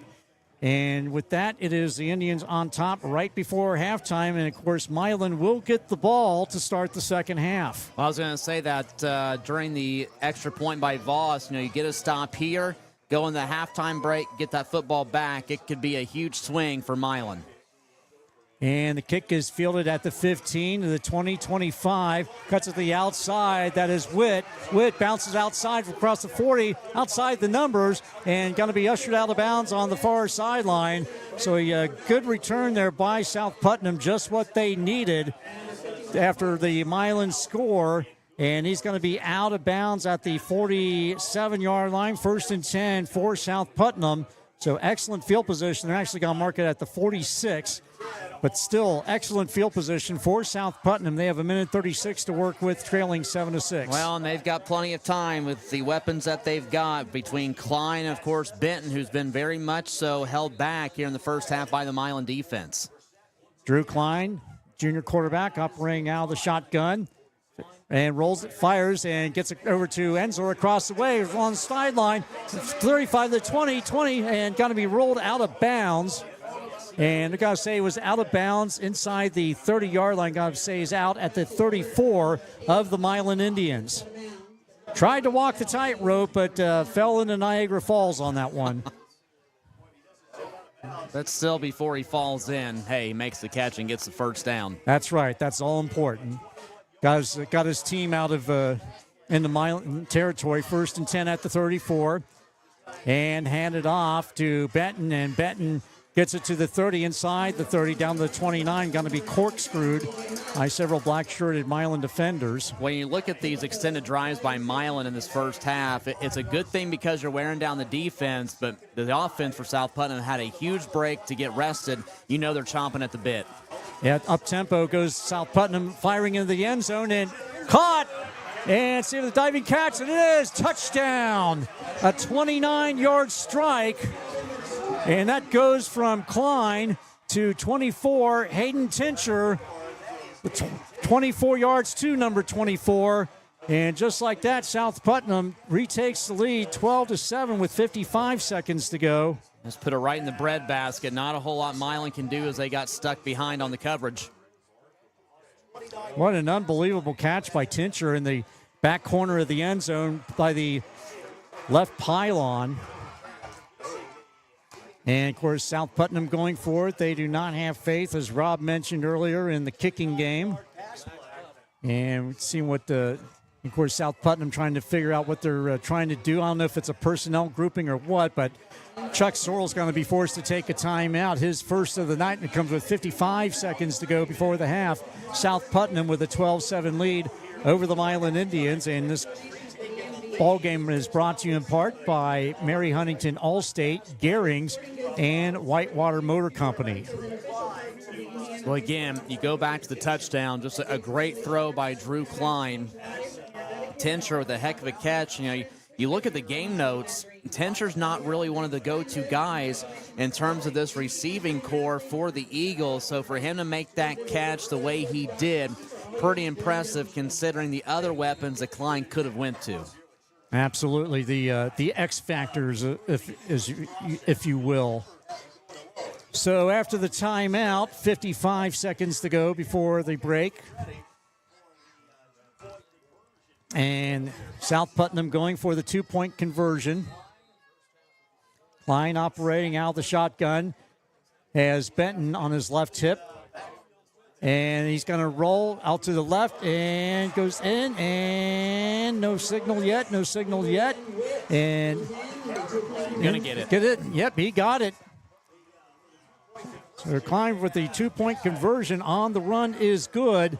So it's now a 14-7 lead for South Putnam over the Milan Indians. 55 seconds to go before halftime. And we'll just go ahead and keep it here. But be sure you would join us for the halftime break. We'll talk all about this one. And, of course, we'll keep you updated on the other semi-state in Class 1A between Pioneer and South Adams. That one being played on the Starfighters home field. That would be South Adams for those of you keeping score at home against the Pioneer Panthers in the Class 1A North semi-state. So, again, the 2-point conversion on the run is good by South Putnam, and they now have the 14-7 lead on Milan with 55 ticks left on the clock. Well, if you can get a good kickoff return here for the Indians, now you've got plenty of time to operate, although they're probably going to have to go away from chunking things up with the run game. So there's that option, but you could also play it safe just to get yourself to halftime and get the football back. But Wyatt Marsh does have the ability to pass downfield. We have yet to see Micah Norman to take a stab at him going down the sideline. He's been pretty effective with that over the last couple weeks in the state tournament. So Khalil Jefferson will kick it off for the South Putnam Eagles. He advances on the ball. Not a particularly high kick, gets fielded at the 15, and the knee was down right there trying to field it like a shortstop. So it'll be a 1st and 10 for Milan at their own 24-yard line. That's where they will start with 55 seconds remaining on the clock. Well, you know, that wasn't a red shortstop who took that ground ball because it didn't go into the outfield. That's right. Yeah, that way he wouldn't be known as the donut. Because I knew a kid in Little League, he was known as the donut because he was the hole in the middle of the infield. I like that. So 1st and 10, Milan at their own 24-yard line as quarterback Wyatt Marsh comes on. Senior quarterback, 920 passing yards, 13 touchdowns coming into tonight to go along with 12 rushing touchdowns. And a tight formation. Under center is Marsh. And going to hand it off, going up the middle on a dive and getting to the 25, and that is it. I was going to say, now South Putnam does have a couple timeouts to play with if they want to try and get the football back. But Milan's in a spot because of the knee being down. You don't want to do anything too risky here where it could result in a turnover and South Putnam a chance to strike again. You do not want a huge 13, 14-point swing in a matter of less than 2 minutes. Josh Pettit, the ball carrier on that one. He got 1 on the play, so it'll be a 2nd and 9 Milan at their own 25. 18 seconds and counting. 8 seconds on the play clock. 14 on the game clock. And rolling back is Marsh, looking up fire over the left side and caught across the way. The aforementioned Mike, and they're going to say it was out of bounds. They have to say it was Micah Norman was the receiver, just as you said, Rob, that they would go to Micah Norman. Hadn't heard from him, and he came up streaking down the far sideline. He caught it and stepped out of bounds at the South Putnam 35-yard line. And now you're going to have a chance, a much more doable pass here. Norman, what a grab. And that's just the athleticism that he has, and which makes him such a dangerous threat on both sides of the football. But now here, a manageable throw from 35 yards out. Milan can do it with 3 seconds. Back to throw is Marsh. He's under some pressure. Jefferson is going to get him from the back, and forced to throw it was Marsh, and he's a little slow to get up. But Khalil Jefferson, 69 total tackles coming into tonight, 9.5 sacks. Roll that an incomplete pass, and that is going to do it for the first half. So an entertaining one at that. It is the visiting South Putnam Eagles 14, the Milan Indians 7. Rob LaFerry and I will be back with halftime activities after this 2-minute timeout.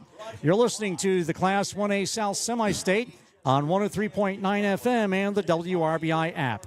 It's back. Our delicious chicken bruschetta pizza is back. Cecil Eisen from Eisen's Family Pizza in downtown Batesville. The savory pizza with white garlic sauce, seasoned chicken, mozzarella provolone cheese, tomatoes, and fresh basil, all on our fresh in-house made dough.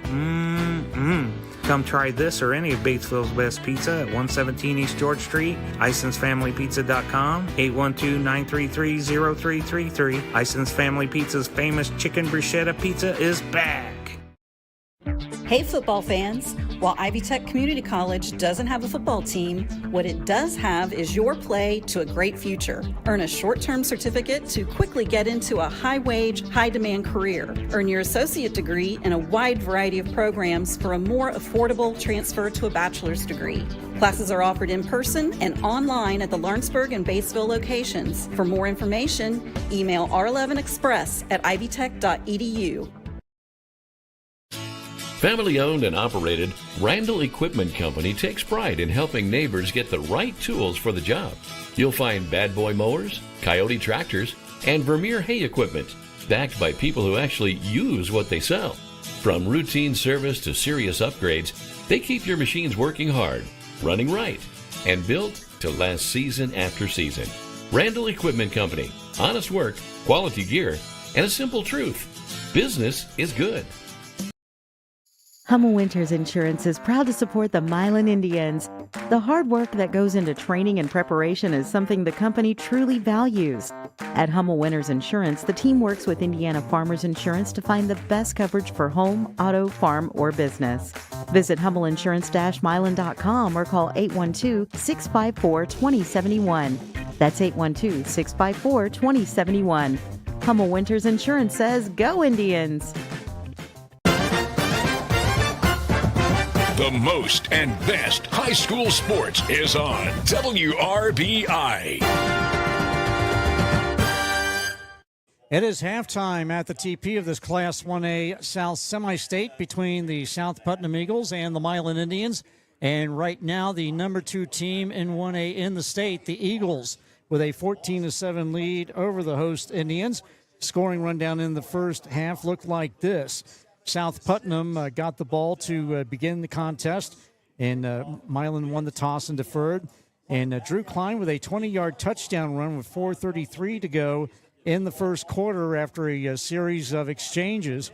The extra point try failed, and it was 6-0 South Putnam. Milan got on the board with 1:46 to go in the second quarter. Wyatt Marsh, a 4-yard touchdown run, and a drive aided and abetted by a number of South Putnam defensive penalties. Nick Voss added the extra point, and that made it 7-6 Milan. And then with 55 seconds to go, South Putnam operating on going up-tempo, and quickly Drew Klein drew them downfield, and he threw a beautiful 24-yard pass right in the breadbasket of Hunter Tincher, who came up with it, outstretched his arm toward the left back pylon, came up with it, and caught the touchdown pass. The 2-point conversion try was good on a run, and that's where things stand at the half. The South Putnam Eagles with a 14-7 lead over the Milan Indians. Rob LaFerry. Yeah, this has been a fun ball game so far, and you take a look at how things played out in the late going of the second quarter, and it's unfortunate for Milan to give up that touchdown, but that was just a whale of a throw by Drew Klein, and Tincher's catch was just unbelievable. He's starting to lose his footing a little bit. He extends the arms and manages to get that ball in and into his chest. So, Milan's hanging around. Obviously, it's huge for them that they're going to come up and get the football to begin the second half, and they've done plenty of good things. I think they have done a fabulous job of containing Ty Benton here tonight. That has been big. And the other thing is Milan's run game is really starting to pick apart this South Putnam defense. Penalties from the Eagles have helped. They've got to clean that up. But Milan's been taking advantage for the most part here so far tonight outside of the 1-yard stop before going into the end zone. And conversely, you mentioned penalties, Rob. Milan has played a relatively clean ball game. They have, and Coach Langsman talked to you about it in the pregame. He talked to me about it on Coach's Corner on Monday night. That's just got to be something at this level of play that you've got to be able to go in, play smart, and play mistake-free. They've done a really good job on blocking assignments tonight. They've done a good job on on the line outside of just a couple of very slight miscues. And I still say the first play of the game, you just chalk up to being in the moment. So it's been pretty good, clean football on the part of the Indians. It's going to have to stay that way. It's an uphill climb, but the Indians have shown they can battle the South Putnam team. And, of course, the winner of this one will take on the winner of the North Semi-State between 12-1 Pioneer and 10-3 South Adams. And, Rob, you have any score updates on that one? Yeah, I do have one. Pioneer is now up by 2 possessions over South Adams. Pioneer leading it 10-0. Pioneer coming in the favorite up north once again this year, but South Adams has put together a really good football program over the last few years, so that one certainly is not final yet. And also doing a pass along because we do have Indiana Pacer basketball on WRBI throughout the winter weeks. Pacers right now trailing by 4 against the Cleveland Cavaliers, 65-61. 10 minutes to go in the third quarter. Yep, and of course, as NBA Cup group play, and so the Cavaliers going over to Cleveland to get involved in that one, that Cup play. And your thoughts, if any, on NBA Cup play, Rob? Yeah, I don't even know if I have any thoughts. It's another way for the NBA to be getting some money and some extra TV time and all those things. So, my focus right now is on the Pacers just getting healthy. So that's going to involve playing for pretty much anything but a cup or a playoff appearance at this point. Just try and get some guys back and healthy and get back to competing. And that's why I threw in that little caveat, if any.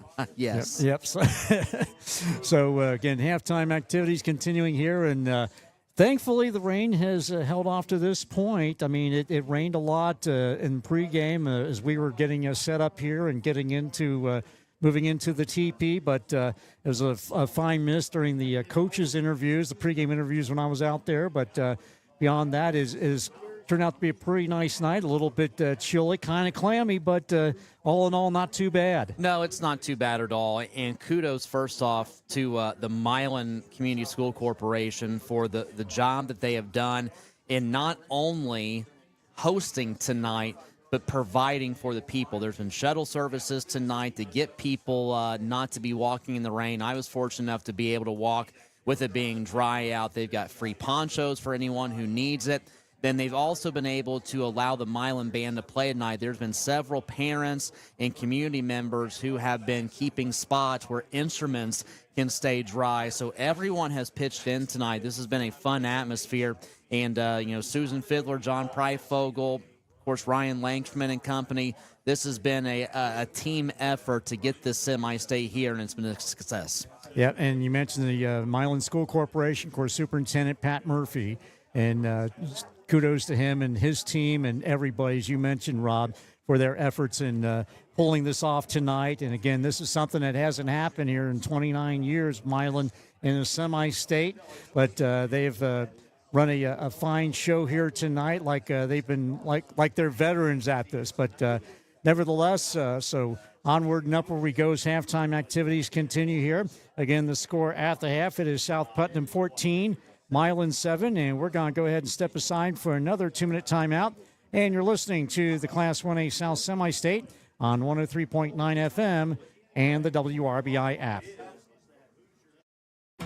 Straber Oil Company is now hiring a part-time local fuel delivery driver for their home heating, commercial, and farm accounts. CDL required.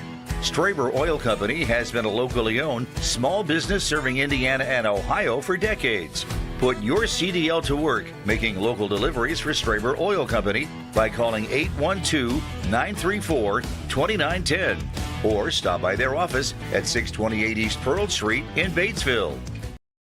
You only have one smile. Make yours the best it can be with Batesville Dental. For over 40 years, Batesville Dental has provided the latest technology in their state-of-the-art facility. They strive to make your visit a pleasure. Doctors Broughton, Liedermeyer, and Roberts and their staff offer preventative care, Invisalign, implants, extractions, and cleanings to keep your mouth healthy and your smile beautiful. Batesville Dental, 391 Northside Drive, Batesville. You only have one smile. Make yours the best it can be. Batesville Dental. Big news from the Napoleon State Bank. Your debit card just got an upgrade. Wait, what? Yep, now you can add your Napoleon State Bank debit card to Apple Pay, Google Wallet, Samsung Pay, and Garmin Pay now. Tap it, pay it, done. No more digging through your wallet. Just a simple, secure, and speedy way to pay. Upgrade your wallet today. Add your Napoleon State Bank debit card to Apple Pay, Google Wallet, Samsung Pay, and Garmin Pay now. The Napoleon State Bank. No wallet, no problem. Locally owned since 1903. Member FDIC. The Reservation in Milan celebrates gathering families with delicious, affordable cooking in a warm, welcoming atmosphere. This local favorite serves up heartfelt meals and true small-town hospitality. Open Monday through Saturday from 7 a.m. till 8 p.m., the Reservation invites guests of all ages to slow down and enjoy real comfort food. Southeastern Indiana knows good eats, and the Reservation in Milan is celebrating 40 years of proving it. With friendly service and flavor that feels like home. Southeastern Indiana's sports voice, WRBI. Halftime winding down here at the TP. It is the South Putnam Eagles with a 14-7 lead over the Milan Indians as halftime rolls on here.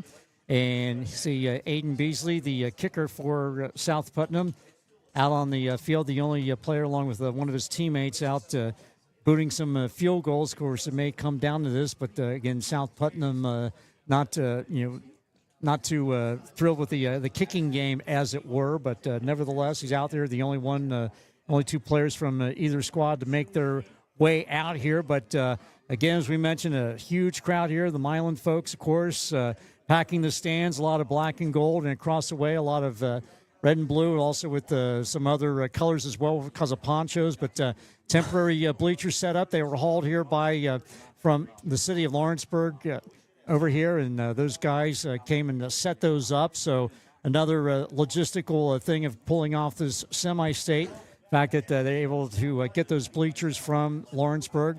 They hauled them over here, set them up, and great crowd here. A lot of black and gold. Of course, a lot of folks made the trip from Putnam County as well. Of course, South Putnam with a Greencastle address, but is actually on US 40 between Greencastle and Cloverdale. So that's your geography lesson for the night.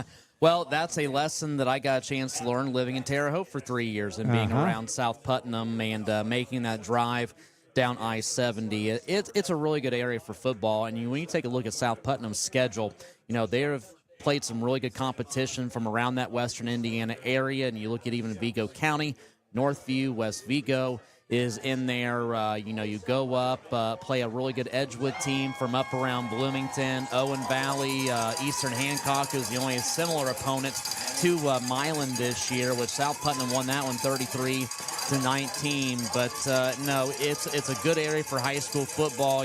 South Putnam is very battle tested coming in to tonight, but don't take away anything from Milan because of the schedule they have played here this year, and a chance to play the MIFC opponents. You added, of course, a Batesville team in there, Eastern Hancock as well. So, they've obviously been prepared too, because without a schedule like that, probably this run not happening for Milan in the postseason. Yeah, and of course, those that three-game losing streak early on, starting with Milan and at North Decatur in the regular season, and at home to Switzerland County, and after that, they started getting things together there. Of course, they had the 40-7 hiccup at Eastern Hancock.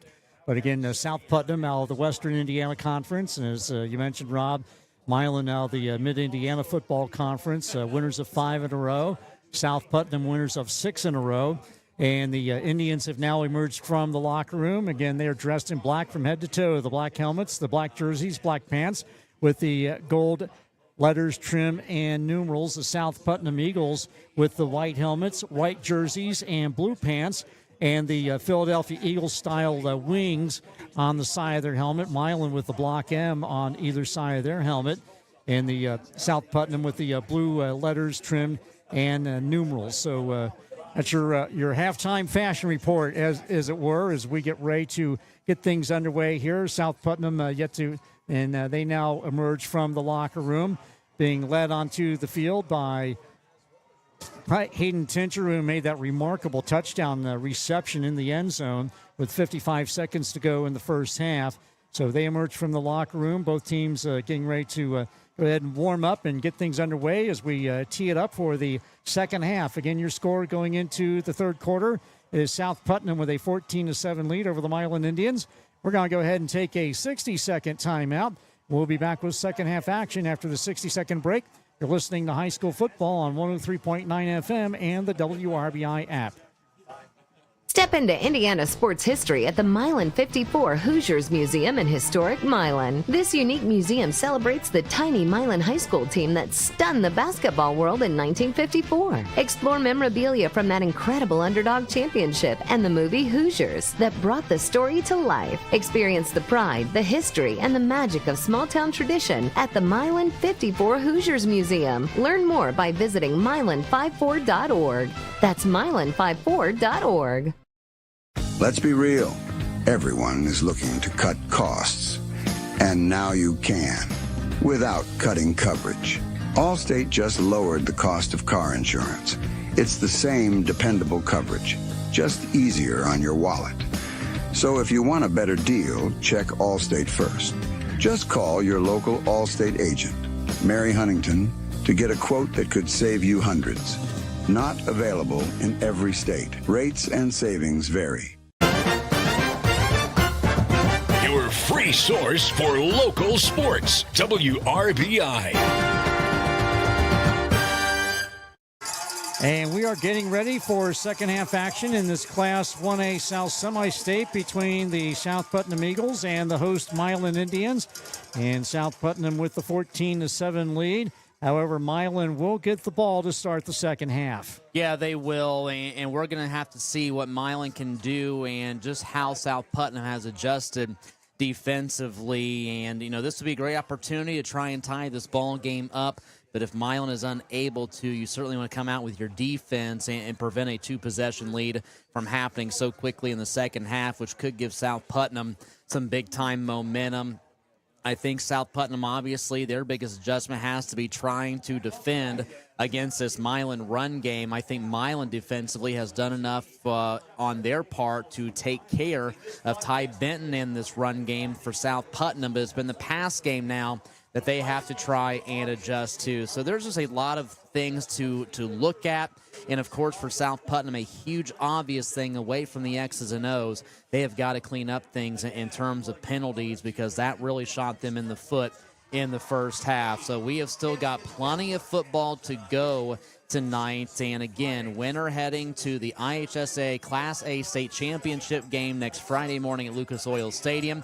Kickoff will be at 11 a.m., and it'll be either against Pioneer or South Adams. We mentioned it during the halftime break. Pioneer is currently leading by a score of 10-0. So it could be quite the showdown and quite the task should Pioneer march themselves to Indianapolis. But our main concern tonight is who's going to come out of the South. Is it going to be South Putnam, or is it going to be Milan? We've got a fresh 12 minutes of Indiana high school football on the clock. Milan will be going from left to right on your radio dial. South Putnam from right to left in the third, and back with the call of the game is Tom Snape. Thank you very much, Rob LaFerry. And we mentioned the weather or lack thereof is no wind at all. Looking at the American flag off to our right by the scoreboard, it is not blowing at all. There is a little bit of a haze hanging in the air, not quite like the fog that we saw here 2 weeks ago during the sectional championship with North Decatur. But there is a little bit of a haze in the air. But again, the weather is held off, thankfully, and we're glad to see it. So it'll be Khalil Jefferson kicking off for the South Putnam Eagles. And Milan with 3 men back deep as they typically do, back around the 20-yard line. And Jefferson uses his left arm to line it up. Left-footed kicker. And he advances on the football. And not a particularly high kick. It's fielded at the 25 and bounces to the outside. The left side is Norman. Norman across the 40 and out of bounds across the way. And going to say he's out on the 43-yard line, so excellent starting field position for the Milan Indians. They're going to mark him down shy of the 40, actually, so he said he went out at the 39, So that's still Milan in pretty good field position to start out 1st and 10 at their own 39-yard line, trailing 14-7. Well, I know you just mentioned that it's Khalil Jefferson with a kick, but, man, how big was he on defense for the South Putnam team? He is an absolute menace to deal with. Indeed. I mean, a 1A All-State defensive lineman. Again, he's 69 total tackles, 21 TFLs, 9.5 sacks, a fumble recovery, and also caused 2 fumbles, and probably sells popcorn at the concession stand at halftime of home games. So Milan with the ball, 1st and 10, and going up the middle and getting to the 40 to the 41-yard line. Let's Pettit, the ball carrier, and he's got to pick up about 3 on the play. So it'll be a 2nd and 7 Milan. Ball at the 43-yard line. So they'll give him 4 on the play. 11 and a half minutes to go here in the third quarter. Again, Milan trailing South Putnam 14-7. However, they have a 2nd and 6 at their own 43-yard line. Well, just another simple run play up the middle. If it's not broke, don't fix it. Exactly. Norman split to the near side. Under center is quarterback Wyatt Marsh. And Marsh going to hand it up off the middle and rolling forward and well defended by the South Putnam Eagles. And that was Grant Langfordman, the ball carrier. So older brother, the junior, Grant Langfordman, carries it. He'll pick up 1 on the play. So it'll be a 3rd and 6 for Milan. 10:45 to go here in the third. And try and look something here maybe with the pass, because South Putnam has plugged things up now on the middle on that last play. Or do they try and disguise? We've seen a couple direct snaps tonight from Milan. We have seen some things that's kind of hidden down the 10-24. Marsh rolling out to his left under some pressure, being chased by Jefferson, and loops up near field and off the hands of his intended receiver. And well defended there. They're just looking for a Grant Langfordman. Blake Witt with the defense, and well defended there. So throws it out of bounds, a 4th down. And for the first time tonight, it will be Milan back in punt formation, and doing the honors will be number 72, Jose Blanco, the junior. He averages 40.8 yards a pop. His longest punt this year, 61 yards. He has 1 punt inside the 20. Of course, he has been injured and not able to do line play, as Coach Langfordman mentioned in the pregame interview, but he is available for punting duties. He came back last week against Providence. Snap back, high kick, and it's going to be rolled. Huge and bounce. Take a big Milan bounce, and it's going to roll inside and down to the 5-yard line, just like he did last week at Providence. Jose Blanco flipping the field on a punt. That was much needed, too, because it was going to be one where if it's anything off the side of the foot or goes sky high but not too far, South Putnam is going to threaten with field position. But now they're pinned back. Milan's defense has had success with South Putnam pinned this far back. You're going to try and have to get that same effort here again. Look for them to try and go and get Ty Benton going early here in the third. And junior quarterback Drew Klein standing just inside the end zone off to our right. Claps his hands, operating out of the shotgun. He'll hand it off to Ty Benton. Benton, the second leading rusher in the state. He gets it across the 5 down to the 7-yard line. He'll pick up 2 on the play. He'll set up a 2nd and 8 for South Putnam. Now, and like I've said, if you can limit him just a couple of yards on a run, you're doing some pretty good things defensively. Been pretty successful, hold him to a couple yards on a couple straight runs and make Drew Klein throw the football. Tonight's game brought to you in part by Bruns Gutswirler, the Reservation Restaurant, Napoleon State Bank, and Moore Law Office. Klein, operating out of the shotgun, has Benton on his left hip, and he's going to hand it off to Benton. Benton's going to run it to the right side, bounces it outside the numbers, and got to be close to the first down yardage, but I believe he went out of bounds before he got to the sticks. He did. The official came over. It's not going to be too far away. No, they're going to give it to him. Wow.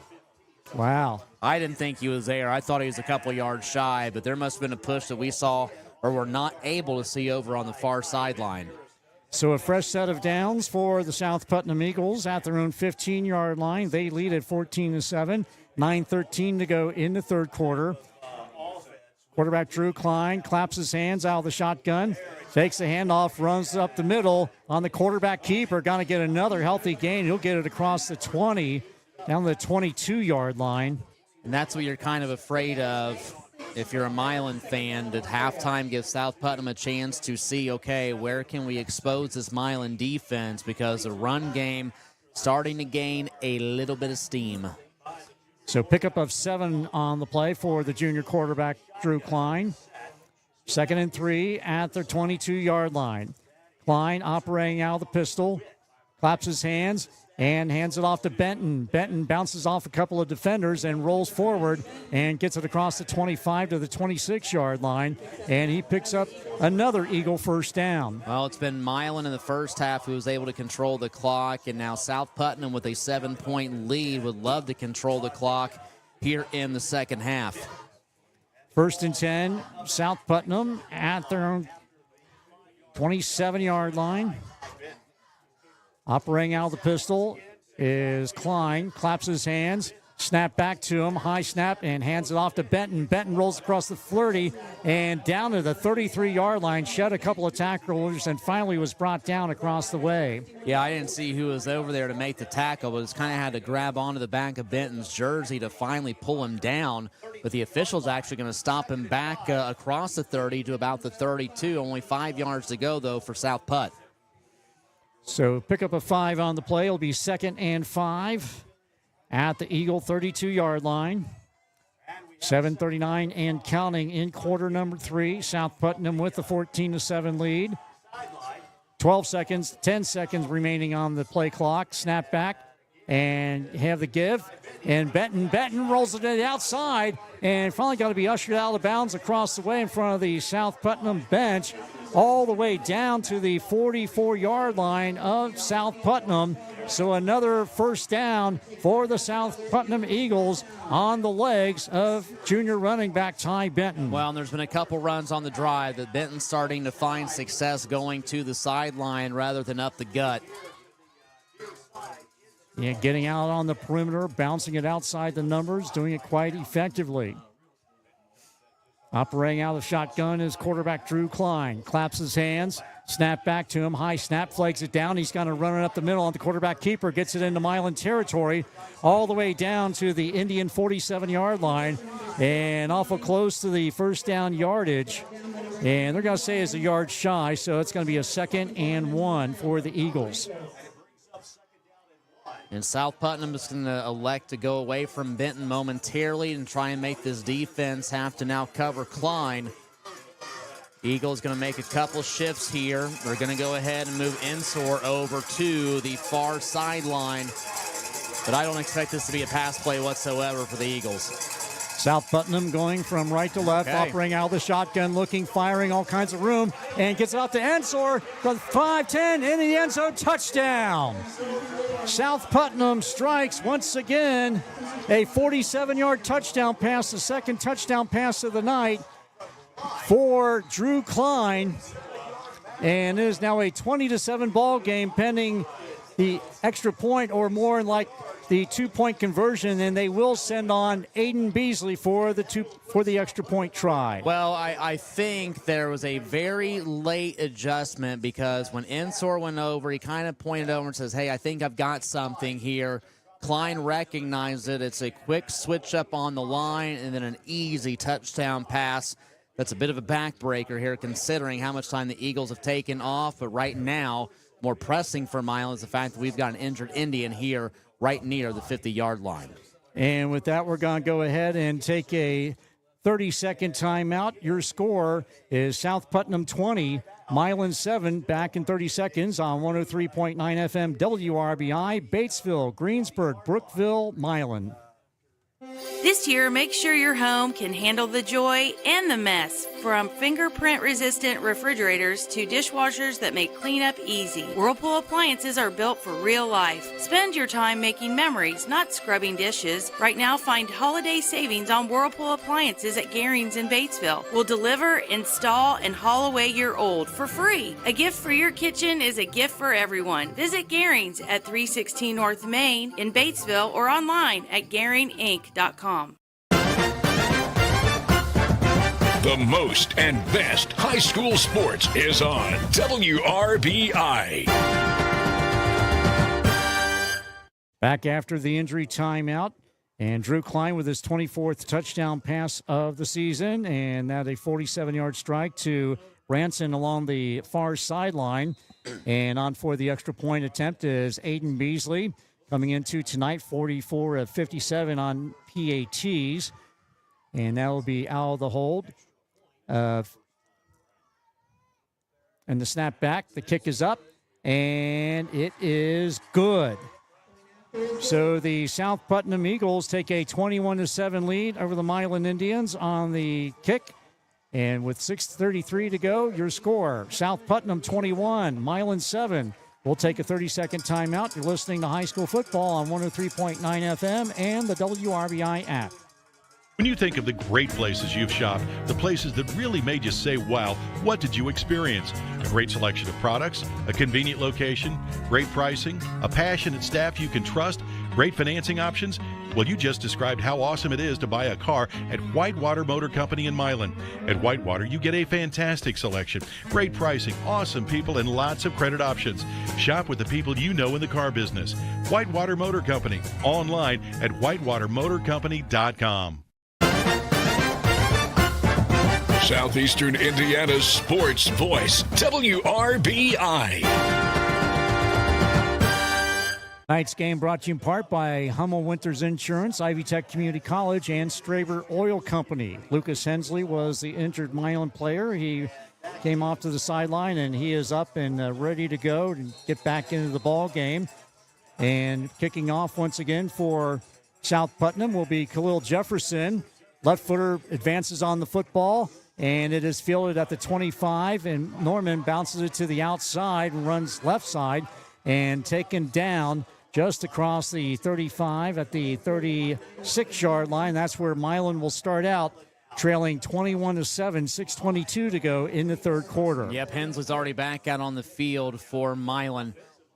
You hate to say it, but 6.5 to go or 6:22 to go in the third. I feel like this is a must-score drive for Milan if they want to get themselves back here tonight in the second half. Yeah, I mean, South Putnam looking more like South Putnam on that drive these last several possessions. They have absolutely cranked things up. Hensley Harris split to the near side. Norman to the far side. Operating out of the shotgun is Marsh. And Marsh fakes the handoff, and we've got a penalty marker thrown in the linebacker area for the defense of South Putnam. And see what that's all about is Marsh on the quarterback keeper. Advanced it a couple of yards, but looks like that's going to be called against Milan, and it will be a hold against the Indians, so that'll march him back 10. And just what you talked about at halftime, Rob, they had played a clean ball game, but here, their third penalty of the night? Yep, this is going to be the third, and this is the second one where we've seen a holding penalty called against the Tribe. So that will make it a 1st and 20 for the Indians back at the 26-yard line.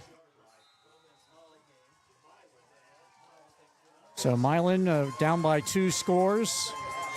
Of course, they have not trailed by much, if and hardly at all, in this postseason. However, they are down by 2 touchdowns with 6:10 to go in the third quarter. Snap back to Marsh. He's got to keep it and runs it to the left side. Try to run it off left tackle. He gets it to the 30-yard line. He'll pick up a couple.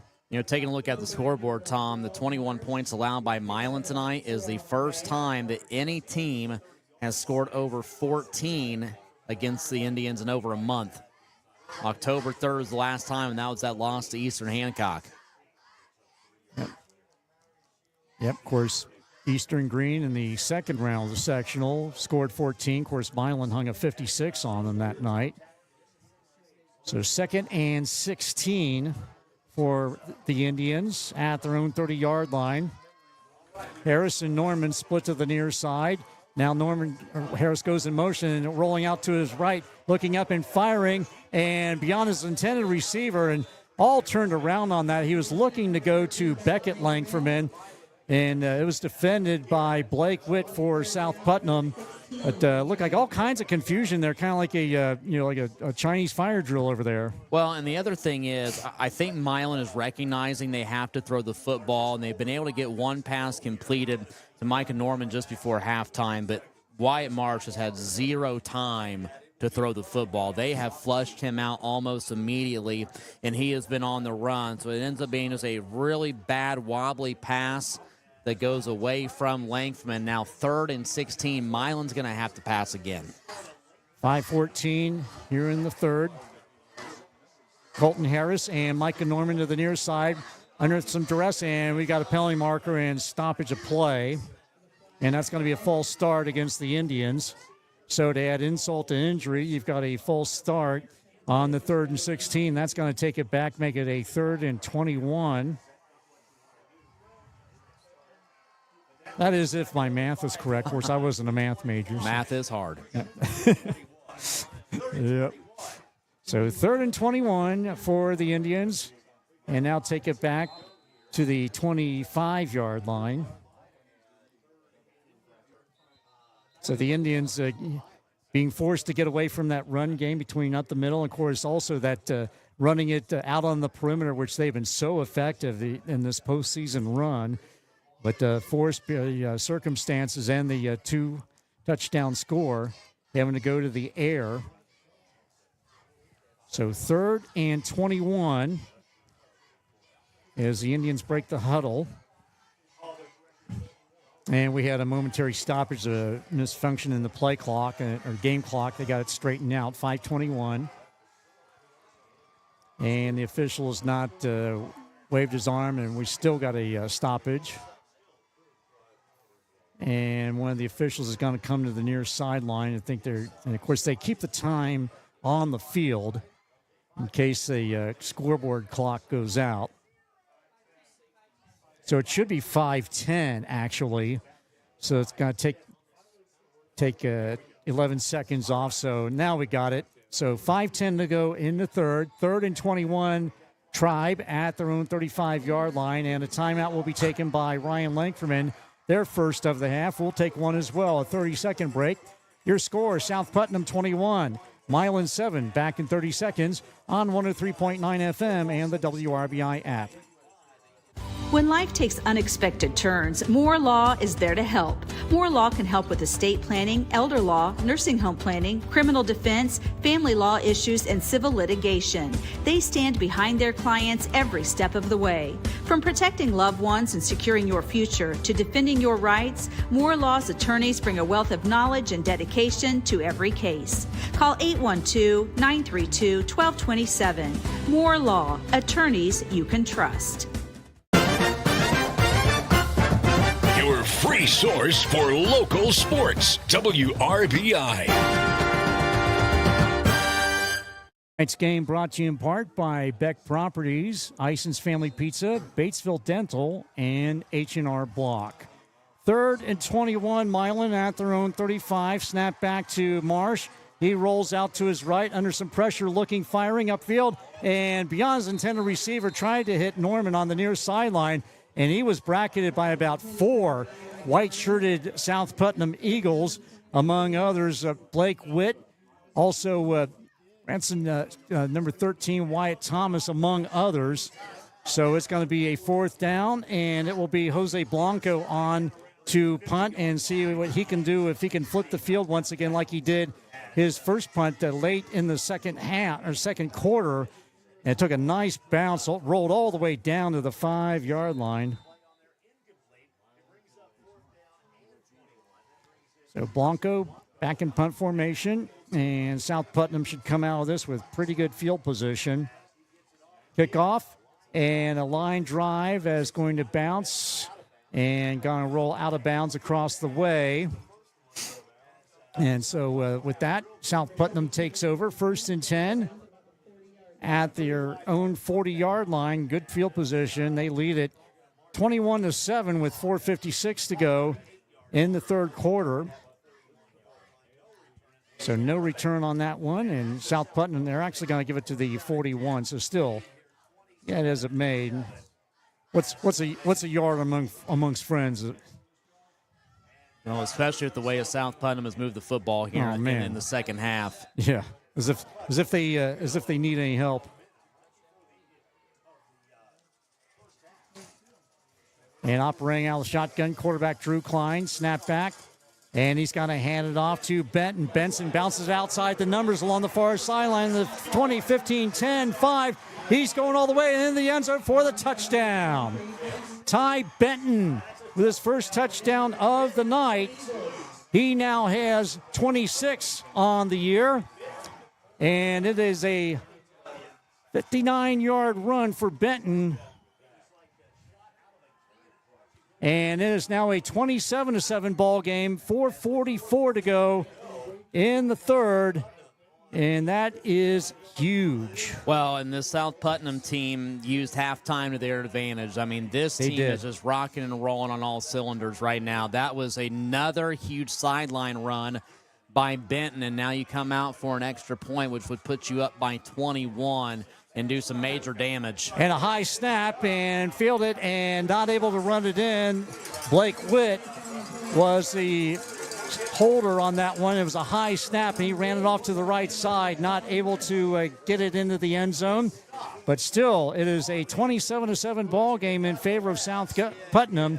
4:44 to go in the third. And we're going to go ahead and take a 30-second timeout. We'll be back with more after this. You're listening to High School Football on 103.9 FM and the WRBI app. You already know H&R Block does taxes, but you may not know you can get expert help in person or virtually, or that our tax pros average 10 years of experience. You can even request the same tax pro every year, and your biggest possible refund is always guaranteed. At H&R Block, help is here. All tax situations are different. Not everyone gets a refund. Limitations apply. See hrblock.com/guarantees. H&R Block, with convenient locations in Batesville, Sunman, Brookville, Greensburg, and Versailles. The most and best high school sports is on WRBI. 4:44 to go in the third quarter, and South Putnam has opened up a 27-7 lead on the Milan Indians. Ty Benton, the second leading rusher in the state, rips off a 59-yard touchdown run, and the extra point was no good. A high snap, and not able to run it in was the holder, Blake Witt.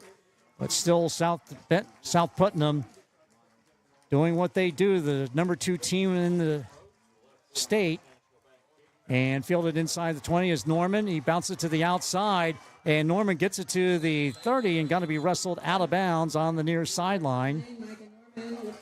So a good run back by Norman. He's had several in this ball game, and it's going to be marked at the Milan 42-yard line, so pretty good field position for the Tribe to start out 1st and 10, however, trailing 27-7. Scoreboard update, Class A North Semi-State tonight. Pioneer is inching away 16-0 over South Adams. Pacer update into the third quarter. Cavaliers lead Indiana 100-81. 1st and 10, Milan at their own 42-yard line as quarterback Wyatt Mars, the junior, operating out of the shotgun, has Beckett Langferman on his left hip. He'll hand it off to Langferman, bobbled it momentarily, and able to come up with it with a fortuitous bounce. However, coming up with the stop on defense was Damon Cox. Whereas Cox, a 1A All-State defensive lineman, the junior, 85 total tackles on the year coming in, 22 tackles for loss and 1.5 sacks. And that's going to be a loss of 2 on the play. It'll be 2nd and 12 Indians back at the 40. And, you know, we keep hearing the grade level junior. It's scary to think the Southeastern. Yeah. Between quarterback, skill positions, Benton is a junior. He'll be back next year. And back to throw, looking under some pressure and throwing it up. And caught, bobbled by one of the sideline guys, one of the injured players for Milan. And I'll tell you what, talk about some pressure. I mean, Wyatt Marsh throwing off his back foot. He had several white-shirted South Putnam defenders in his grill, and to throw that one away. Yeah, I think he's only had one throw tonight where he has been completely set, and that was that heave to Norman late in the second quarter. Everything else has been off the back foot and in duress, and so another long third down coming up, and now we're going to have to see if Milan can just get something long enough to let Marsh plant a foot and take one and throw it up in the air. And the officials are meeting, and I wonder if they're maybe talking about considering maybe an intentional grounding, but he was outside the tackle box, so that's not going to hold water. So they're going to go ahead and wind the play clock. And now the other officials talking to Coach Sorrell across the way for South Putnam. And it's going to be a penalty against Milan. They're going to waive it. It's going to be decline.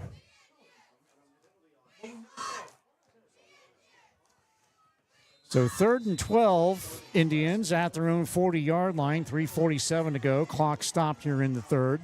Milan trailing by 20 points. They split Harris and Norman to the top side of the formation. Indians going from left to right. Snap back, hand it off to Beckett Langferman on the misdirection. He gets it across the 45 and rolls down to the 48-yard line. So a good pickup there, getting back some of that yardage for Milan was Beckett Langferman. But it's going to be a 4th and 5 for the Indians, and they're going to send on the punt team in the form, and it'll be Jose Blanco back in punt formation for Milan. That's the most successful run in the second half that Milan has had. Unfortunately, it's going to be 5 yards shy. Blanco could really use a good boot to put this thing back and force South Putnam to go with a long field. But then the other thing is, and defensively, you've got to be able to respond and not allow the Eagles to take a ton of time off the clock. Snap back, flag down, and a high kick. And the return man, that is going to be Blake Witt's going to let it roll out of bounds. It rolls out of bounds on the near sideline. And it's going to be down inside the 10. And they're going to mark him out at the 8-yard line. So that's where South Putnam will start out 1st and 10, leading 27-7, 2:53 to go in the third quarter. So Jose Blanco once again flipping the field. Of course, that was so key when he came on last week at Providence. And that kind of gave helped Milan put together a good stand defensively against the Providence Pioneers. Here is 1st and 10 at the 8-yard line. And handed off to Benton. Benton runs it to the right side, gets it in between the hash marks. And he'll get it to the 10-yard line. A hard-earned 2 yards on the play. Slow developing at that, but well defended by Milan. So it'll be a 2nd and 8, South Putnam at their own 10-yard line. Inside 2.5 minutes to go in the third. Quarterback Drew Klein, the sophomore, operating out of the shotgun. And he's going to fake the handoff. He's going to run it to the left side of the formation. He'll get it across the 10 to the 11-yard line. He'll pick up 1 on the play. So Milan, to this point on this drive at least, stopping him. So it's going to set up a 3rd down and 6. It's been a while since we've seen a spot here where Milan's defense is going to have the opportunity to force a 3-and-out and force a punt. Personnel change here for South Putnam. They've had success making these wholesale subs late prior to the snap. And Branson Ensor, who caught one of Klein's 2 touchdown passes, split to the near side. They have trips to the top side. Snap back, rolling out to his right is Klein, rolling, firing, and caught along the far sideline and gets it to the 20, to the 25, gets away from another man to the 40, to the 45, to the 50, 35, 30, 20, and all the way down the Milan territory, streaking along the end zone, into the end zone for the touchdown. 3rd touchdown pass of the night for Drew Klein. And as a dagger. Yep, you hate to say it too, but man, what a throw from Klein. It's a short pass, but then just absolutely taking off is the South Putnam receiver. 88 yards. Mercy.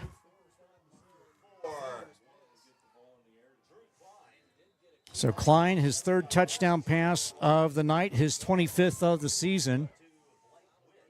And that's Blake Lewis, the receiver on that one. It's going to be Witt. Or excuse me, I'm sorry, Blake Witt, Blake Witt. So Witt with the reception, and the punt kick is blocked. And getting in there, flying in there was Wyatt Marsh, coming around the edge on special teams, got right in front of that kick.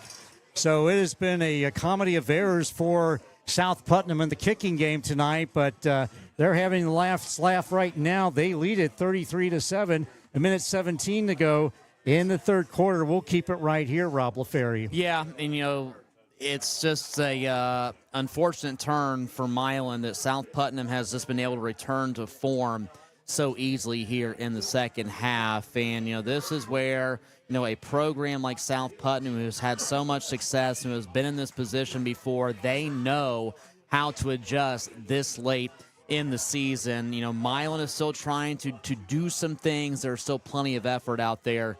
But, Drew Klein's the real deal. Ty Benton's the real deal. We've seen that now in this third quarter, and these receivers are phenomenal. And the speed that Blake Witt had on the sideline after the catch, probably some of the fastest we have seen so far during this football season. Yeah, I'll tell you what, Witt looked like he was shot out of a cannon. I mean, he caught that. He just ran along the sideline. I mean, he was untouched and got away from several, skirted away from, made some defenders miss out on the perimeter, and he was off to the races. So minute 17 to go. Cleo Jefferson advances on the ball and is fielded by one of the upmen at the 30-yard line and coming to the near side. And that is Colton Harris, the return man on that one. And he gets it out to the Milan 42-yard line. And that's where the Tribe will set up shop, 1st and 10. However, they trail at 33-7 with a minute 10 remaining in the third quarter. Well, now that as you're an offense who is trailing 33-7, you now have to start taking a look at this pass game yet again. And so South Putnam, give them credit. They have forced Milan to get away from their bread and butter. And we know the pass game has been pretty unsuccessful, as this has been a very fast and physical South Putnam team who's made Wyatt Marsh have to scramble out in the daylight. And Grant Langferman's helmet came off on the return, so he comes off for the obligatory one play. And checking in his stead will be Camden Miller, a 5'10", 185-pound sophomore. And Miller will be split to the near side, along with Colton Harris. Micah Norman up top. Handed off to Beckett Langferman. Langferman dances around, and he gets back to the line of scrimmage, and that is it. In on the tackle for South Putnam was Keenan Murray Shields. Of course, he is the second leading. He leads the state in tackles, 202 coming into the season, the game tonight, 17.5 for loss. Also 5.5 sacks and a fumble recovery. He's had looks from all Mid-American Conference schools and also visited several, such as Purdue, Louisville, and, of course, the Miami University in Oxford, Ohio. Twins on either side of the formation. Marsh out of the shotgun, claps his hand, looking, firing to the near side, and is caught just inside the numbers. And rumbling forward and close to first down yardage is Milan's number 81, Noah Morgan, and that's tight end. That's probably the last play we see in the third. Yep. So Milan huddling up, getting the play in, and I don't believe they're going to get that. I agree with you, Rob. I'm not sure if they're going to be able to get that play off. It's going to be awfully close. 3rd and 1, and that will be it for the third quarter. So your score after 4 in this Class 1A semi-state in the southern area, it is the South Putnam Eagles 33, the Milan Indians 7. Back in 30 seconds on 103.9 FM and the WRBI app. While you're cheering on your hometown team, Angel Beck with Beck Properties Group eXp Realty is helping you score big in real estate. Looking to buy or sell in southeastern Indiana? Angel makes selling your home fast and finding your dream home easy. With target marketing, local expertise, and personalized service, Angel helps sellers get top dollar and finds buyers homes before they even hit the market. Visit sellingyourpropertyformore.com. Sellingyourpropertyformore.com. Angel Beck, taking above and beyond to the next level. Southeastern Indiana's sports voice, WRBI. Tonight's game brought to you in part by Franklin County Farmers Mutual Insurance, Randall Equipment, and the Milan 54 Museum. Also, Mary Huntington Allstate, Gehrings, and Whitewater Motor Company. Sad but true tale from the TP. The Milan Indians trailing the South Putnam Eagles 33-7 as we begin quarter number 4. The Indians have the ball on the South Putnam 49-yard line. 3rd and 1. Indians going from right to left as we're looking at things here, or heading north. And fake the handoff is Marsh, and Marsh is going to be caught behind the line of scrimmage as he bounced it to the outside, ran it to the right side, outside the numbers, and tripped up across the way back at the still in Milan territory back at the 49-yard line, so he'll lose 2 on the play. Scoreboard update going into the fourth quarter. Pioneer is leading South Adams 16-0. And another one to throw your way, Tom, after this play. All right. Marsh under duress once again, throwing off his back foot and got it out across the way and called in. And Micah Norman comes up with it somehow, some way. Marsh got that throw off his back foot under pressure, found his key man, that would be Norman, and Micah comes up with it down at the South Putnam 33-yard line. What a catch. Well, it's a great catch, and it was one that Wyatt Marsh just kind of lofts up. Norman was losing his footing. He kind of falls down at the same time. The ball falls right into his lap. So Milan will take the catch. Second one tonight from Micah Norman, and it's 1st down and 10. And it's at the South Putnam 33-yard line. They send Harris in motion to the near side. Marsh under pressure, firing, and going to the near side to Norman. Comes down with it inside the 5. They're going to say he's out of bounds.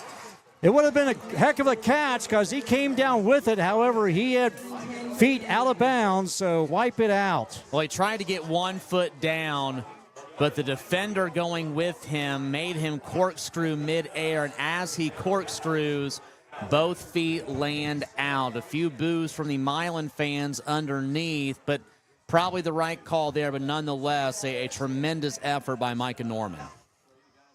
And that was well defended by Blake Witt. He's with him step for step and threw off Norman's timing and positioning just enough. So 2nd and 10.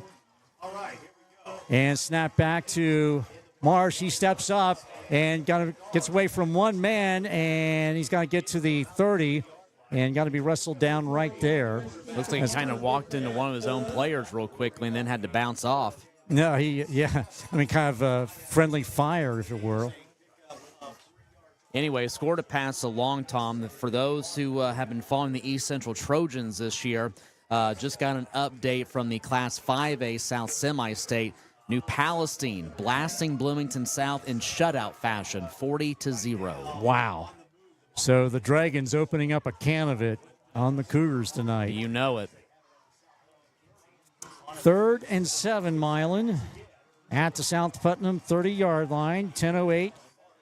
Marsh back to throw, looking, and steps up and rolls out to his left under pressure. Hit as he throws it, and it is bumped and grabbed by Witt as he played the tip drill with it to the 20, the 25 to the 30, cuts it to the outside and down at the 35-yard line.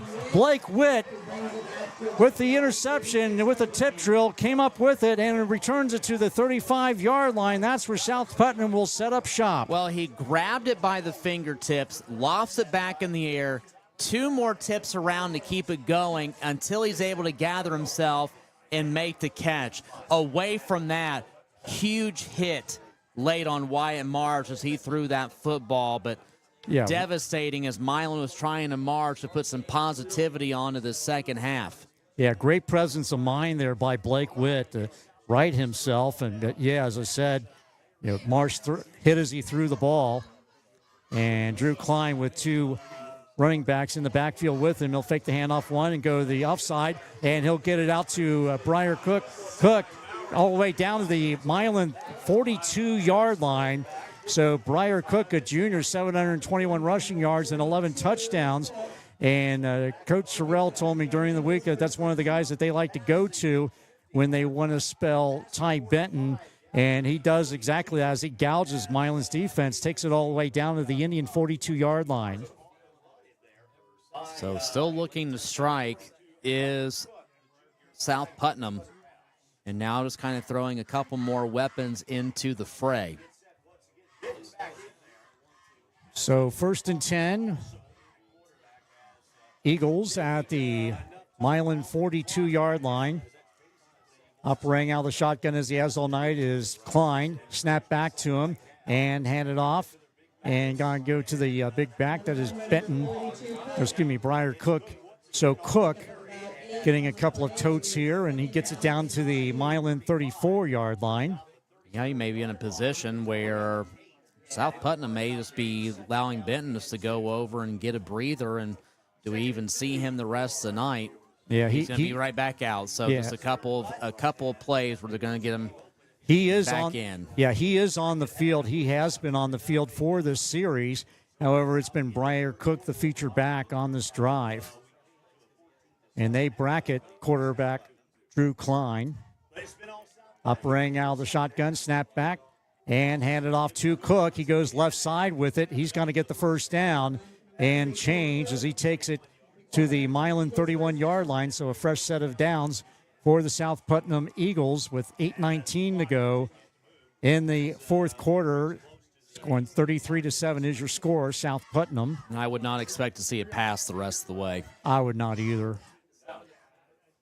Tonight's game brought to you in part by Franklin County Farmers Mutual Insurance, Randall Equipment, and the Milan 54 Museum. Also, Mary Huntington Allstate, Garings, and Whitewater Motor Company.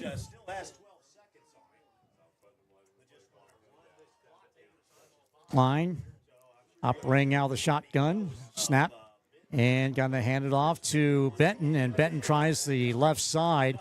He'll get the line of scrimmage, maybe pick up one on the play. Yeah, he tried to cut back in and got tripped up at the same time. It was a good job by Milan to kind of hop off the line and go chase. Tonight's game also brought to you in part by Bruns Gutzweiler, the Reservation Restaurant, Napoleon State Bank, and Moore Law Office. 2nd and 9. South Putnam at the Milan 30-yard line. Clock merrily rolling on for the Eagles, 7:09 and counting here in the fourth quarter. They have the 33-7 lead. Snap back, high snap, and right into the hands of Benton on the deflection. He runs it to the left side and bounces outside and taken out of bounds. And that's when you know things are going your way, when it goes off your quarterback's hands out of the shotgun and deflected right into the hands of your star running back. Yeah, that had nothing to do with talent or skill. That's a stroke of luck. So that's going to be a pickup of 4 on the play by Benton on the most fortuitous bounce there. The deflection. 3rd and 6. Ball at the 27-yard line of the Indians. And, of course, South Putnam in no hurry to get back to the line of scrimmage. Going to milk this clock. And snap back and hand it off and give it off to Cook. And Cook rumbles forward, and he's got to get the first down inside the 20. They're going to mark him down at the 18. So fresh set of downs once again for the Eagles with 6:06 and counting here in the fourth. And when you take a look at Cook, just another one of those juniors. Yep. I think regardless of class, when you take a look at this junior group, probably one of the strongest in the state. Yes. I would agree, based on what the eye test that we've seen tonight. And we got a penalty marker. Offsides will be whistled against Milan. So they got a little too quick out of the blocks. That's going to make it a 1st and 5. And that will take it down to the 13-yard line. Tonight's game brought to you in part by Moore Law Office, Napoleon State Bank, the Reservation Restaurant, and Bruns Gutzweiler.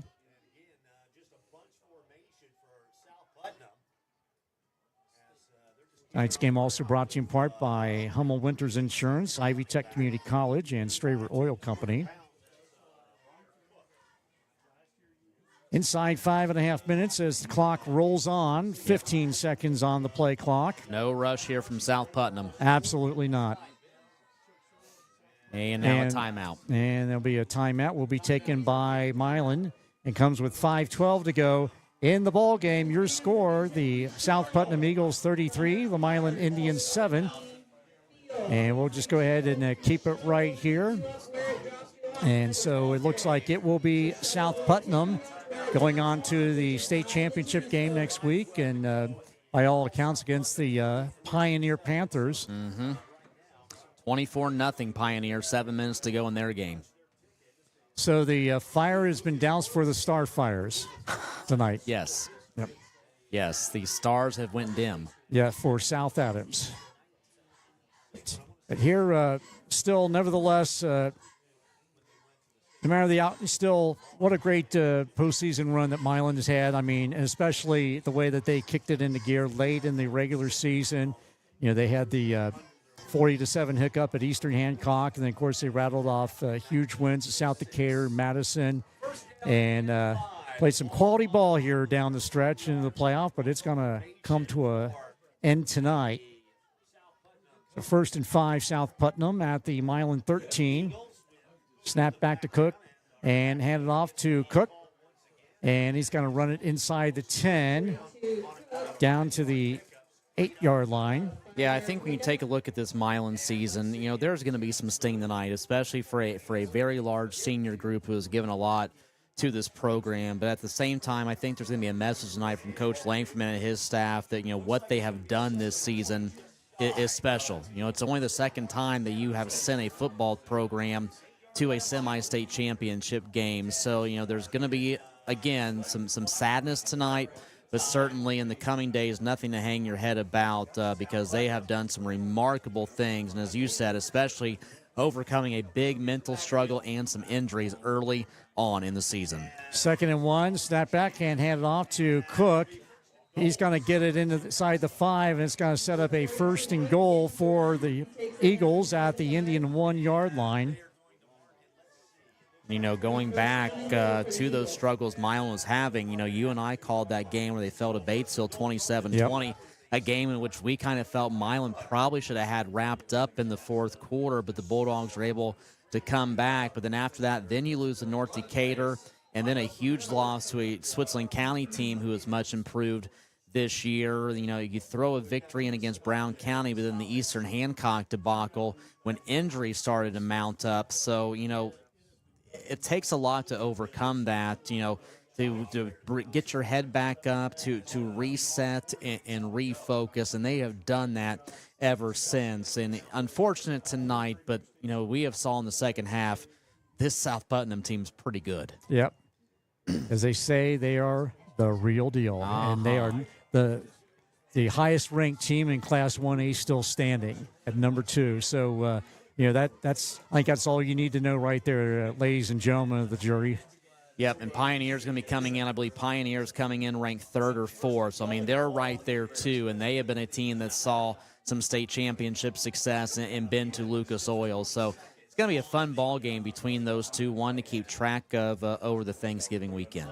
Yeah, that'll be next Friday at 11 o'clock will be the kickoff for that one. And Klein with Cook in the backfield off to his right hip. And he's going to hand it off to Cook. And Cook is going to muscle his way into the end zone for the touchdown. So Briar Cook gets in the scoring ledger. A 1-yard run. And that makes it 39-7 pending the extra point. So it's been Cook getting the workload here late as they've taken some of the pressure off of Ty Benton, who's only had one carry because of a ball that got tipped on a snap. And now we got a personnel issue there, and they finally get a man coming in late. So the Blake Witt, who caught a touchdown pass tonight from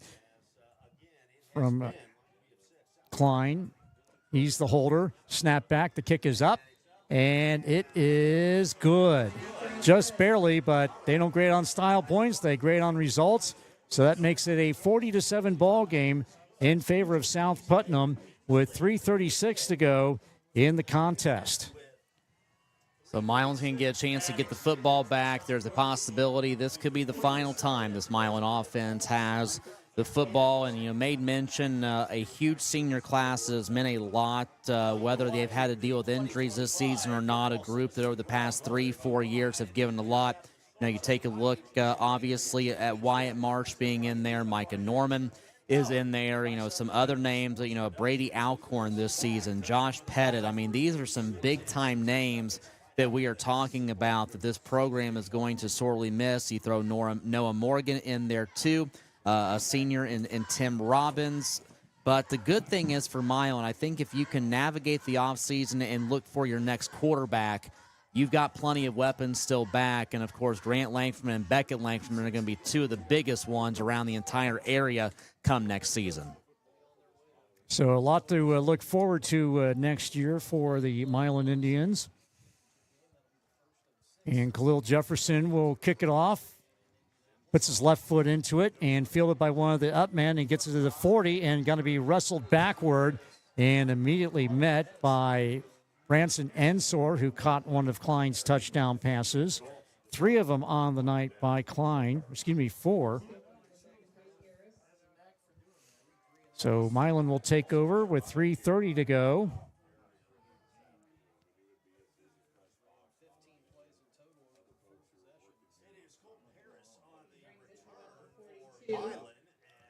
So 4 touchdown passes tonight for Drew Klein. Nice night of work. So a 1st and 10 Milan at the 42-yard line and hand it off and getting to the line of scrimmage and a couple of yards, and that's about it. And the ball carrier on that one was Beckett Langferman. And Wyatt Marsh still into the contest.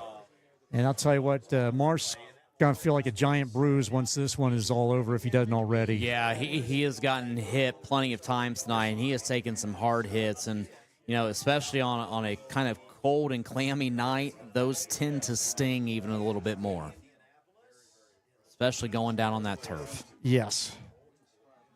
3 yards in a cloud of rubber pellets, as they say. And all kinds of personnel grouping here. And it's going to be an offsides and 12 men on the field for the South Putnam Eagles. He had all kinds of messes there. Didn't get the right personnel grouping in there. So. And by the way, Tom, that's the first penalty in the second half for South Putnam. Yes. Really cleaned it up. Yes, they have. I mean, they couldn't get out of their own way offensively, defensively in that first half. I mean, they had a personal foul called as well.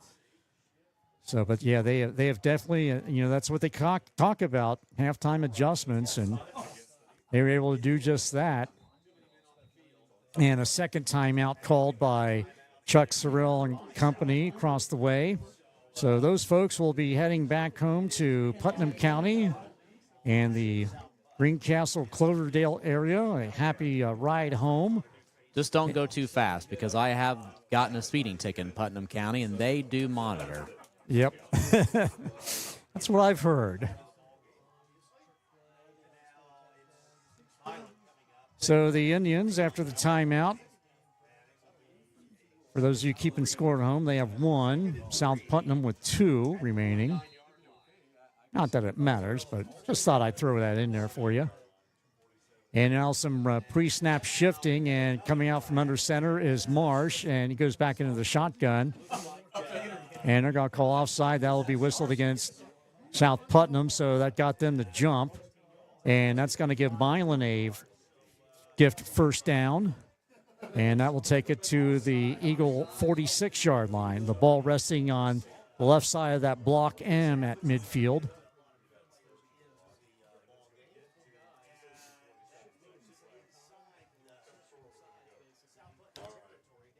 So a 1st and 10. Marsh under center and handed off and running to the left side and getting down to the 40-yard line. And that's Josh Pettit, the ball carrier. Final score out of the NBA world tonight. Cleveland Cavaliers defeat the Indiana Pacers. Final score 120-109. So the drubbery continues for the Pacers, now 2-14. Josh Pettit, again, one of those seniors that you mentioned, Rob. He'll be missed. Second and short, and we've got a penalty marker, and getting it out to Beckett Langfordman. He runs it to the left side, and finally hanging on for dear life was Jonathan Hayden, the defensive back for South Putnam, and finally able to get Beckett Langfordman down on the near side. And I don't know, I imagine that might be 12 men on the field because we've had all kinds of shuffling of people in and out of the game for South Putnam.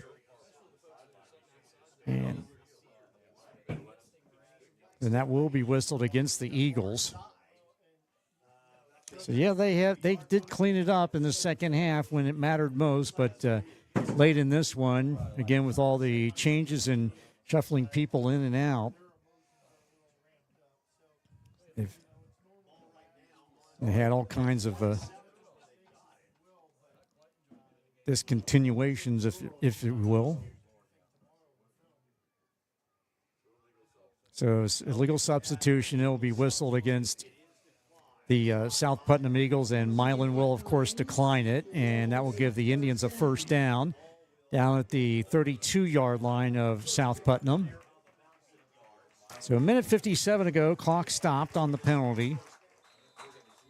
And the seniors coming out and getting a well-deserved hand from the Milan faithful here. And in at quarterback for the Indians will be Lane Smith, a 5'7", 135-pound freshman. So it would appear the heir apparent to Wyatt Marsh at that quarterback position. He is under center, ball bobbled, and will hand it off. And not able to get anything going there. That play just had disaster written all over it.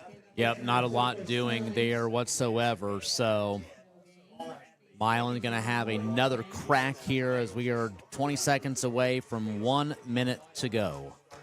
Hunter Snelling, the ball carrier for the Indians. So wanted to give him his props.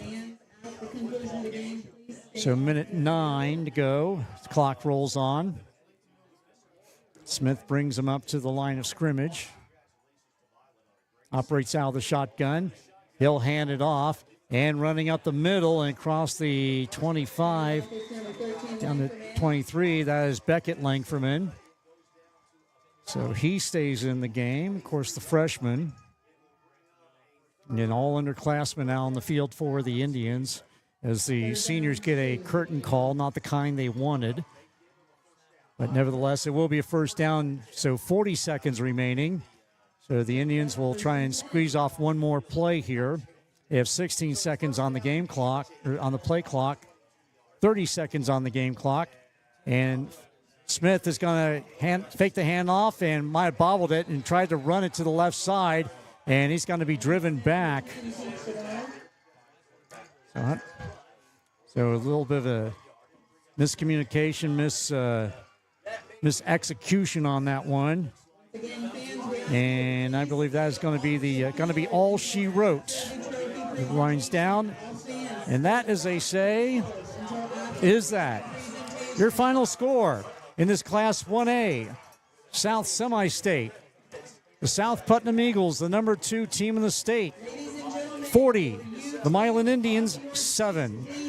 Rob LaFerry and I will be back with a post-game show. You're listening to High School Football on 103.9 FM, WRBI, and the WRBI app.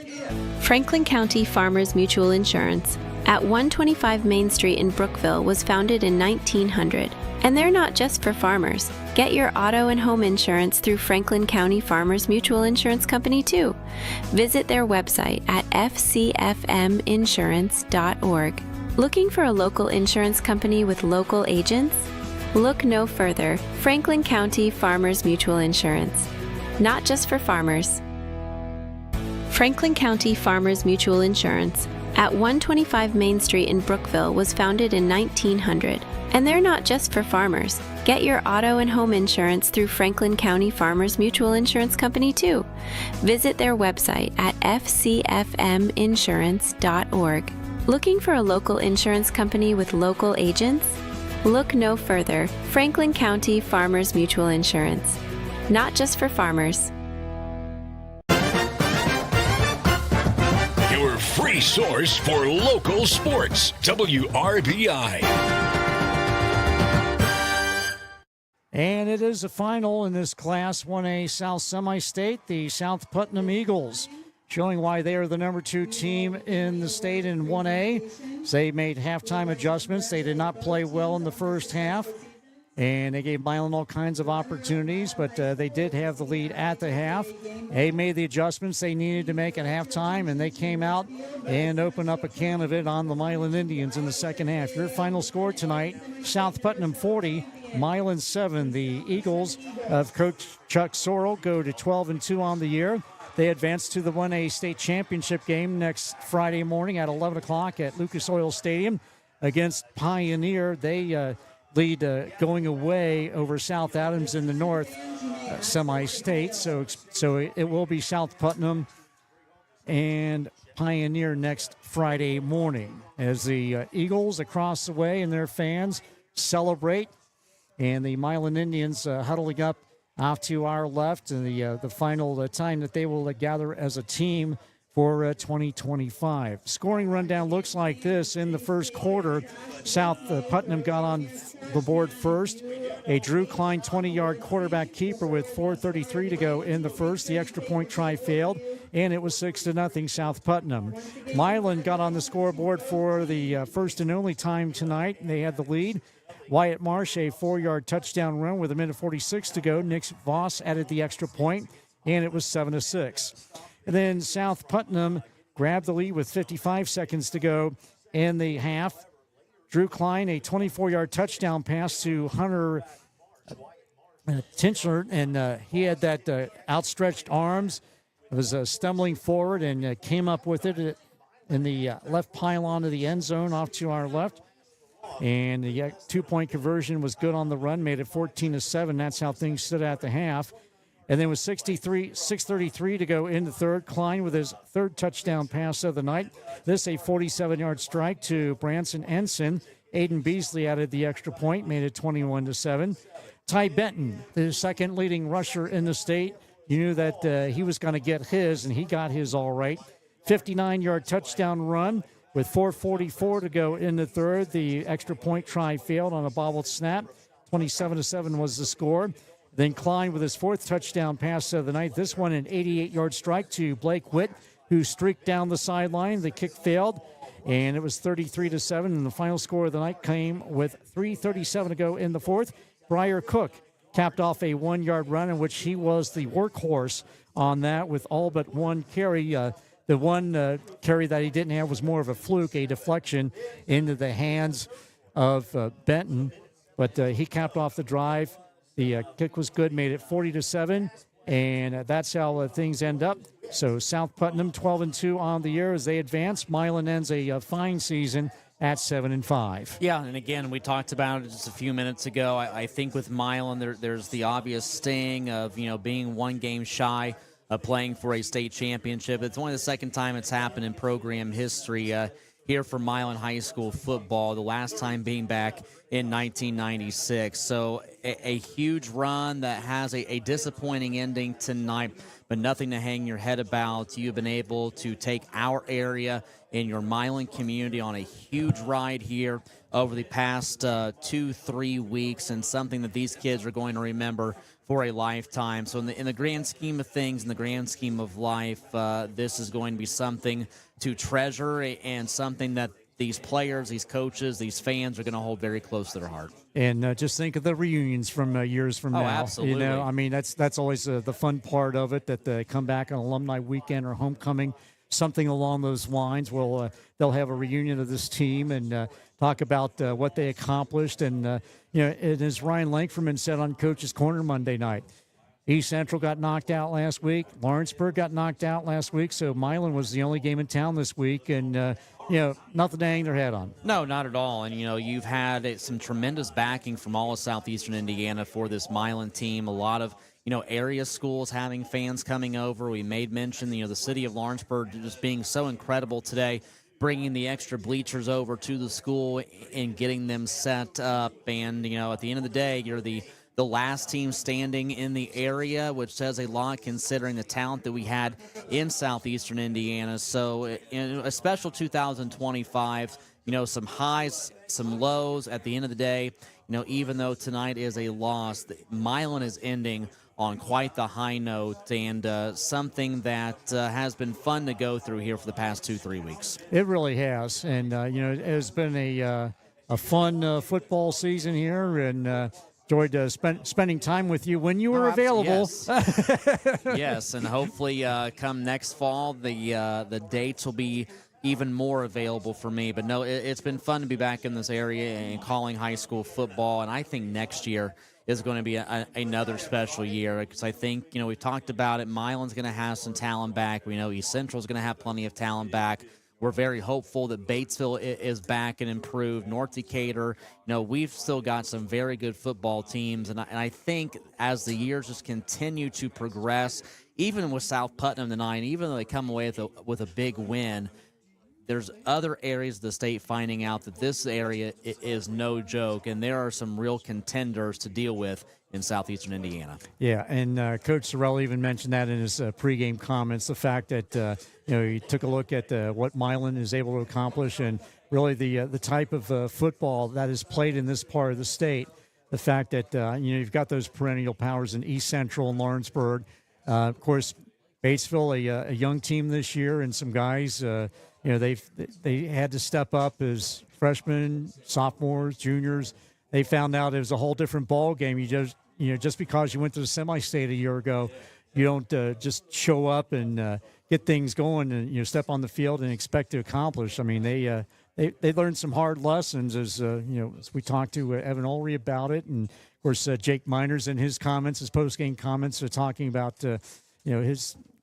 What they went through last week with the New Palestine Dragons, who are going to advance to the 5A state championship game. So, a lot of good football that is played in this part of the state, Rob, no doubt about it. Yep, well, absolutely. And, it says even more tonight, considering that New Palestine came in tonight and beat a really good Bloomington South team 40-0. So, you step away from Cathedral in the sectional championship. East Central is the best team to give New Pal a run for their money in the state tournament. So, we've wrapped up another year. Now we get ready for the basketball season, as we have got boys high school basketball starting next week. And do want to mention we've got girls high school basketball tomorrow night. We've got a county rivalry game to be bringing your way. Batesville at South Ripley right now, expecting a 7:15 pregame. 7:30 tip-off. Rob Moorhead, Steve Geesting have the call, and that will be the official start really for us for being exclusively basketball for the remainder of the winter. Yep, I'll tell you what, I've enjoyed the football season, enjoyed working with you this year, Rob. I, my friend. All right, thank you very much. And with that, we're going to put a wrap on this one. And we'd like to thank some folks here at Milan, of course, Athletic Director Susie Fiddler, and, of course, the administration and the staff here at Milan High School, of course, Superintendent Pat Murphy, Principal and Head Football Coach Ryan Langferman for joining us in the pregame show. Also, Head Coach Chuck Sorrell for his pregame comments, and also providing some information to us during the week as well. And a big thank you to Brent Lee and company back at the WRBI studios, back at the ranch. And also a huge thank you to our sponsors who made tonight's broadcast possible. And they are Bruns Gutzwiller, the Reservation Restaurant, Napoleon State Bank, Moore Law Office, Hummel Winters Insurance, Ivy Tech Community College, Straber Oil Company, Beck Properties, Ison's Family Pizza, Batesville Dental, H&R Block, Franklin County Farmers Mutual Insurance, Randall Equipment, Milan 54 Museum, Mary Huntington Allstate, Gehrings, and Whitewater Motor Company. Again, your final score tonight, South Putnam 40, Milan 7. So for our fabulous on-site engineer all season long, Annie Nunley, and everybody, and of course my partner tonight and throughout much of the season, Rob LaFerry, I'm Tom Snape saying thank you for listening, and good night, everyone. Catch the replay of tonight's broadcast on demand, free of charge, anytime. Find it on our YouTube page, our Facebook page, and at WRBI-TV.com. From Southeastern Indiana's sports voice, WRBI.